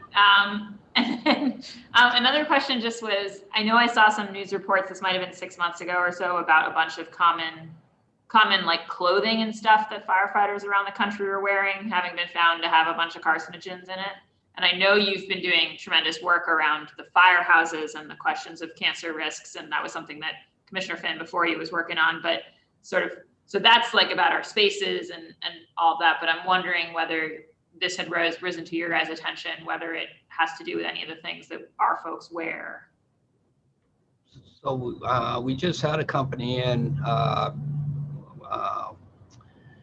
that's doing extensive research on just what the clothing will absorb and whether it goes through the skin, through to the skin.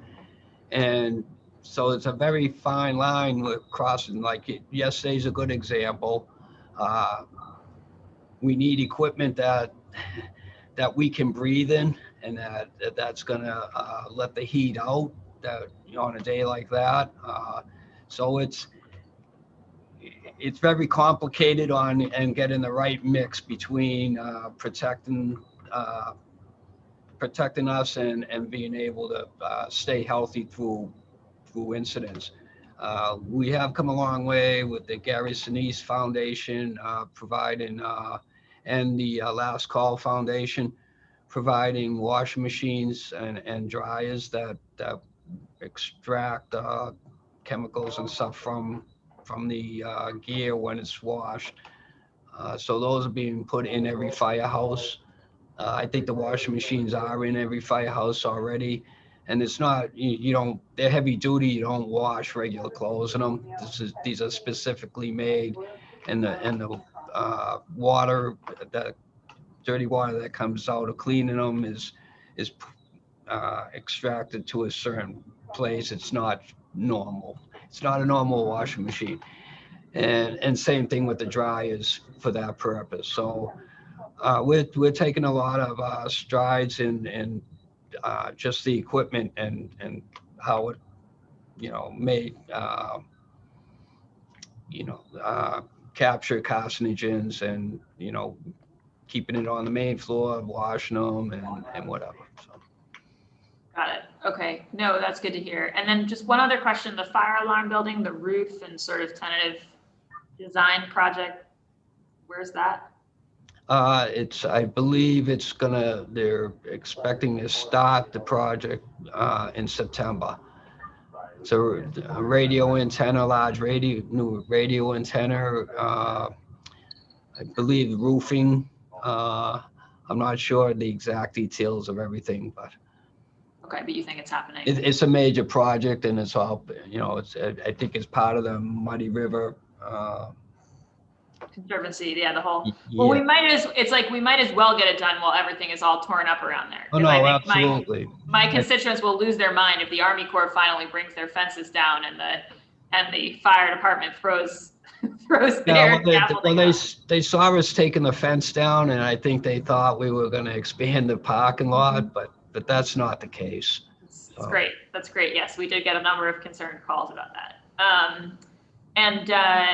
And then on the cadets, I mean, it seems obvious that we need to figure out how to implement it effectively. It's an important priority of the council, you know, along with, I would think, the acting mayor.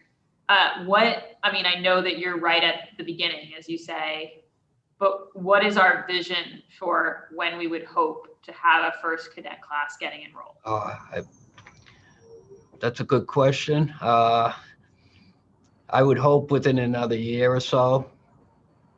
So here's Connie, can you help out on this on the because the civil service list, we're tying a lot of things into this, so maybe you can expand on it better than I can. Yes.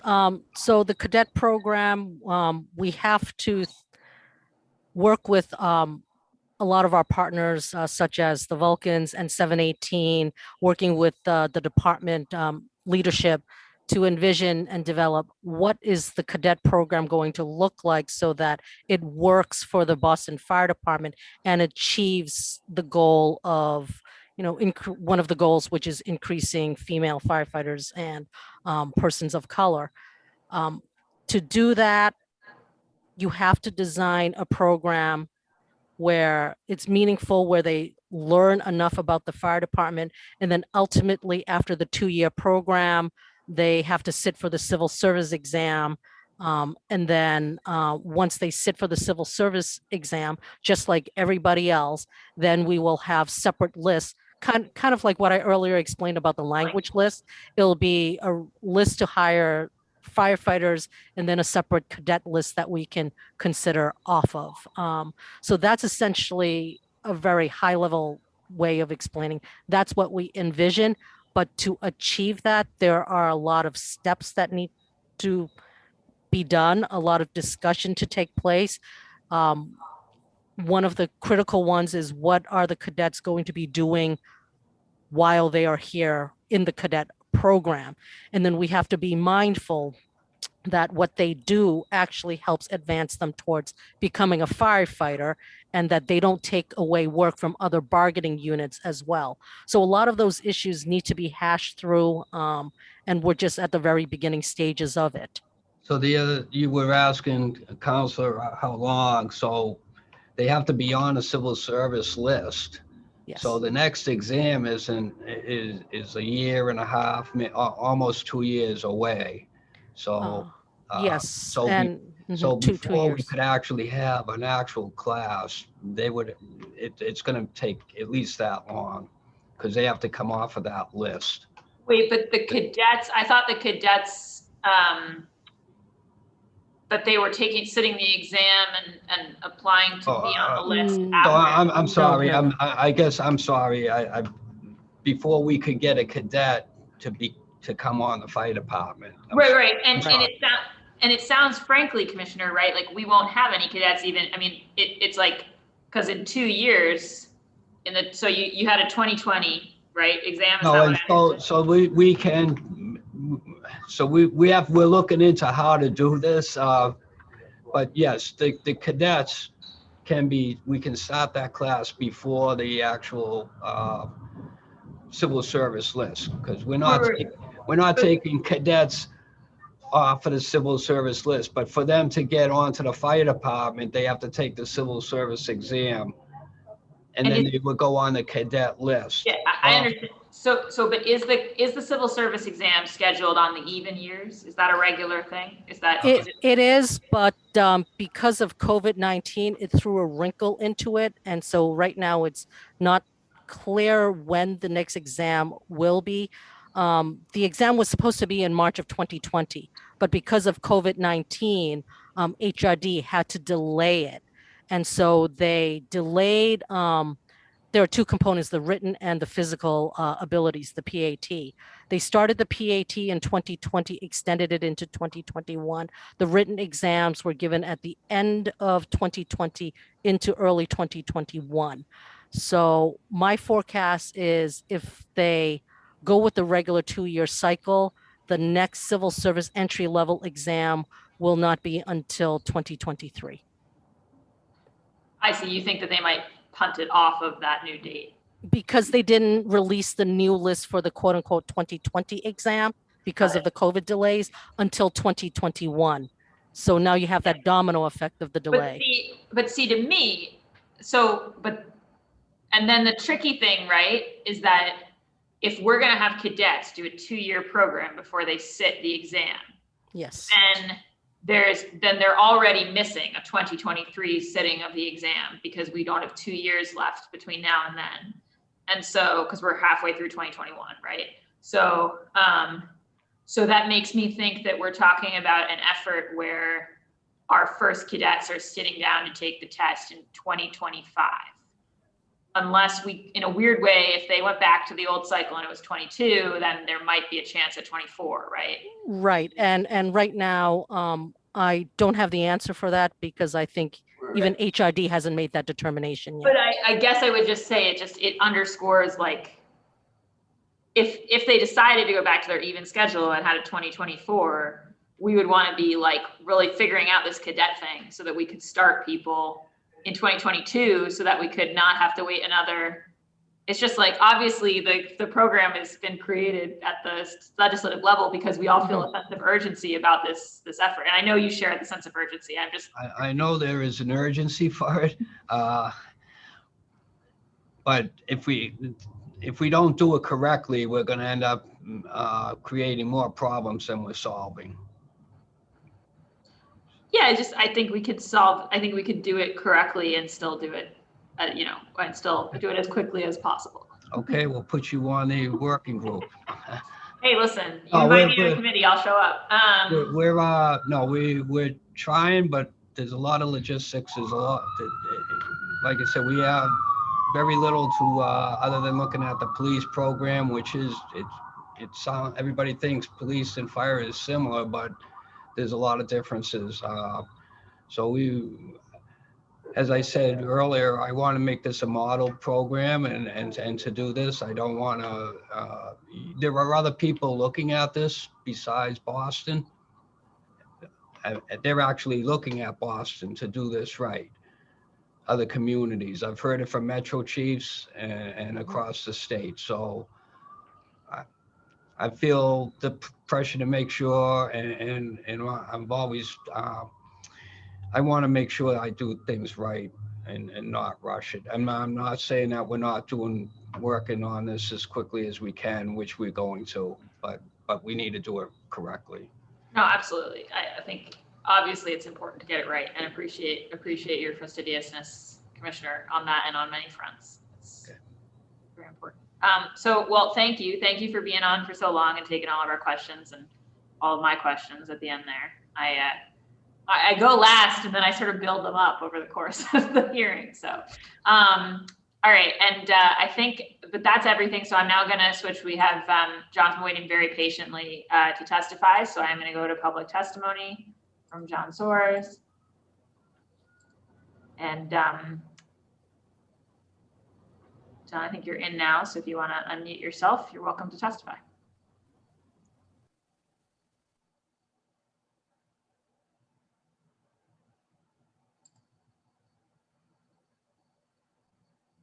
Thank you so much for your patience, Mr. Soares. Hey, how are you? Good afternoon, everyone. I had to do my hair 2 times because I waited so long, but that's good. Here we go.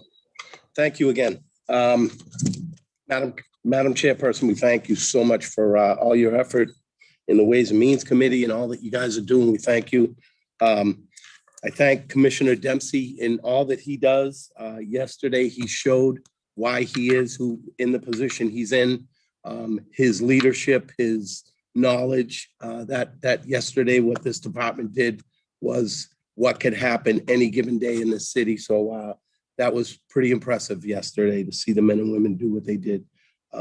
So I thank him, Connie, Joe, Bernie. They're just a great team up there. And I love working with them and getting what we need to get done.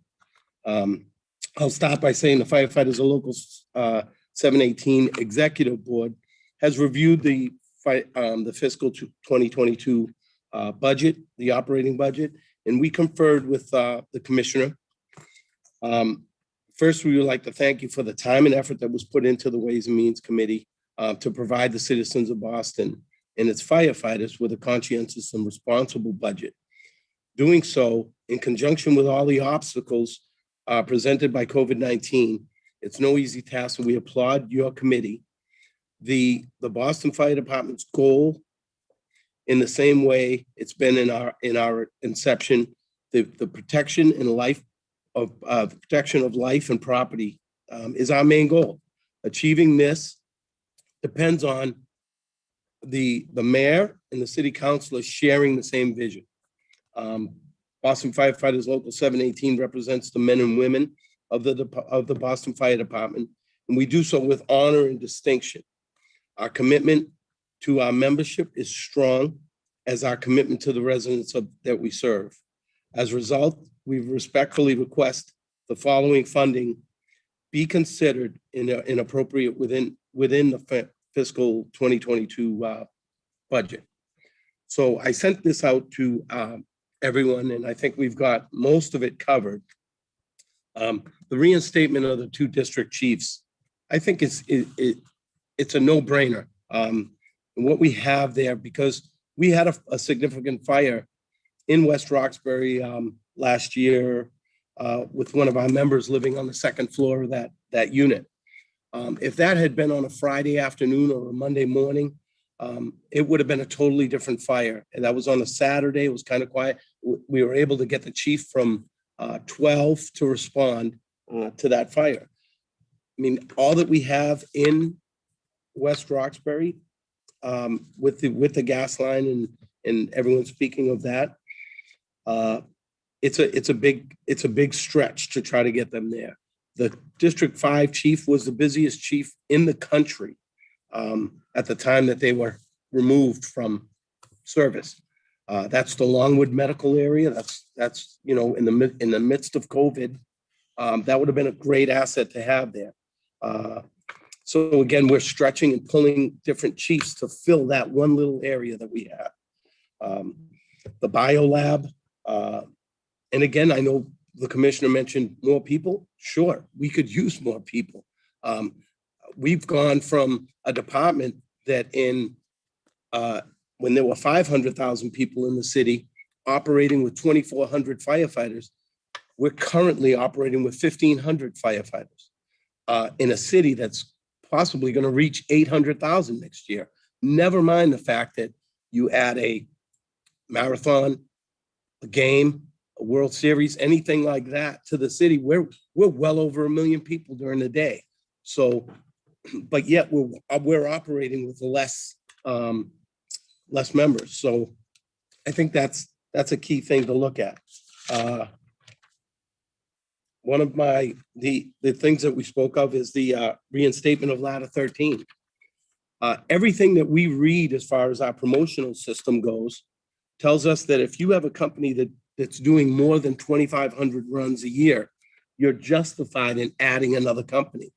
If you look at Ladder 4, who surpassed 5,000 runs last year, Ladder 17, Ladder 26, Engine 21, all those companies, especially running around the headquarters area, they're well over 2,500 runs a year. I mean, close to them, most of them are over 4,000. Ladder 13 would eliminate so much of the aggravation that we have, not aggravation, but the runs of trying to fill that in. And we saw that yesterday. And what happens in a fire in Dorchester, and again with the commissioner, he touched on it and saying that we were able to use our companies at that fire.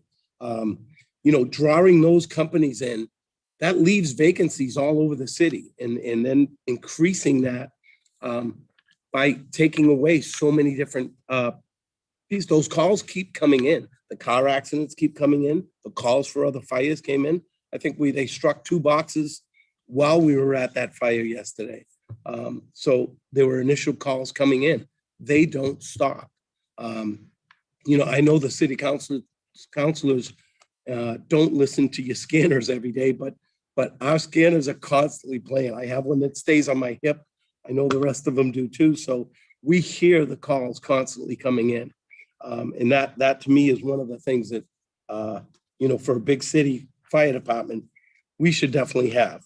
So we lost over 22 companies in that Proposition 2.5. And again, the commissioner mentioned that was long before his time, long before my time. But again, we were operating with 500,000. We were serving 500,000 people at that time. So that's one of the things I'd like to see. The establishing a firehouse in the Seaport.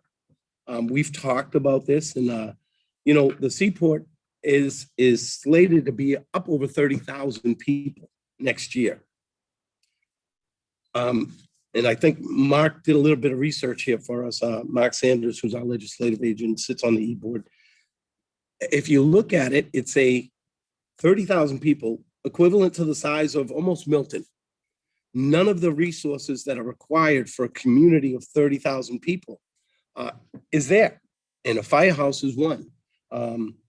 In the rate that that's growing, even across the city, you know, even talking about, I know going back to Councilwoman Brendan brought up the fact that Alston Brighton needs a firehouse. And I get what the commissioner's saying. We have to find our most important need and fill it there. And in the Seaport, to me, is one of our needs, because our response times aren't just horizontal, they're vertical. So when you're looking at some of these high rises that they're putting up in the Seaport, a response time from Engine 39's quarters or from 10 in the tower to make it to the Seaport, to the fire floor, you're looking at a 10-minute, 15-minute response time. That could change if we had a company right there. And I think that that the growth of the city should allow that to happen. My last thing I'll bring up is the Delta car. The Delta car was a great asset for us. And I think that if they're not being used on that day for the Delta, we should spread those out. Let them do inspections. Let them do whatever else we can have them do. But that they were doing a great job there. Whether, I know that bridge is an issue. Quincy's an issue for us having to transport anything over there. I know that's going to be a long haul, and we may be looking at 10 years before that we can get back on the island and get things going there. I know the building itself needs help. So there's a lot that we can do, but I think in the midst of all that we've done in COVID, and I think the city is still thriving. We're doing what our best with what we have. But could we use more? Definitely we can use more. We need to, I'll just talk to you quick about the, some of my issues are the dive team. The dive team has a J truck that sits at Engine 20's quarters. If Engine 20 goes on a run on a hot summer day like yesterday or today, something happens down at Carson Beach or High Park at the Turtle Pond that kids were swimming in yesterday. I know there's a sign there that says no swimming, but for some reason they keep swimming. The 28 and 10 have a boat. We need in the summer months at least to have that truck staffed so we don't have to have Engine 20 come back from a run, put a driver there and send them either to Carson Beach or wherever there may be an incident. That's something that we could have, that specialty unit, like, again, I mentioned 28 and 10 and Engine 10 and the tower. Those companies they are not fully staffed in a lot of things that they do. We should have those companies. Again, I say, if we're a big city fire department, let's play big city fire department.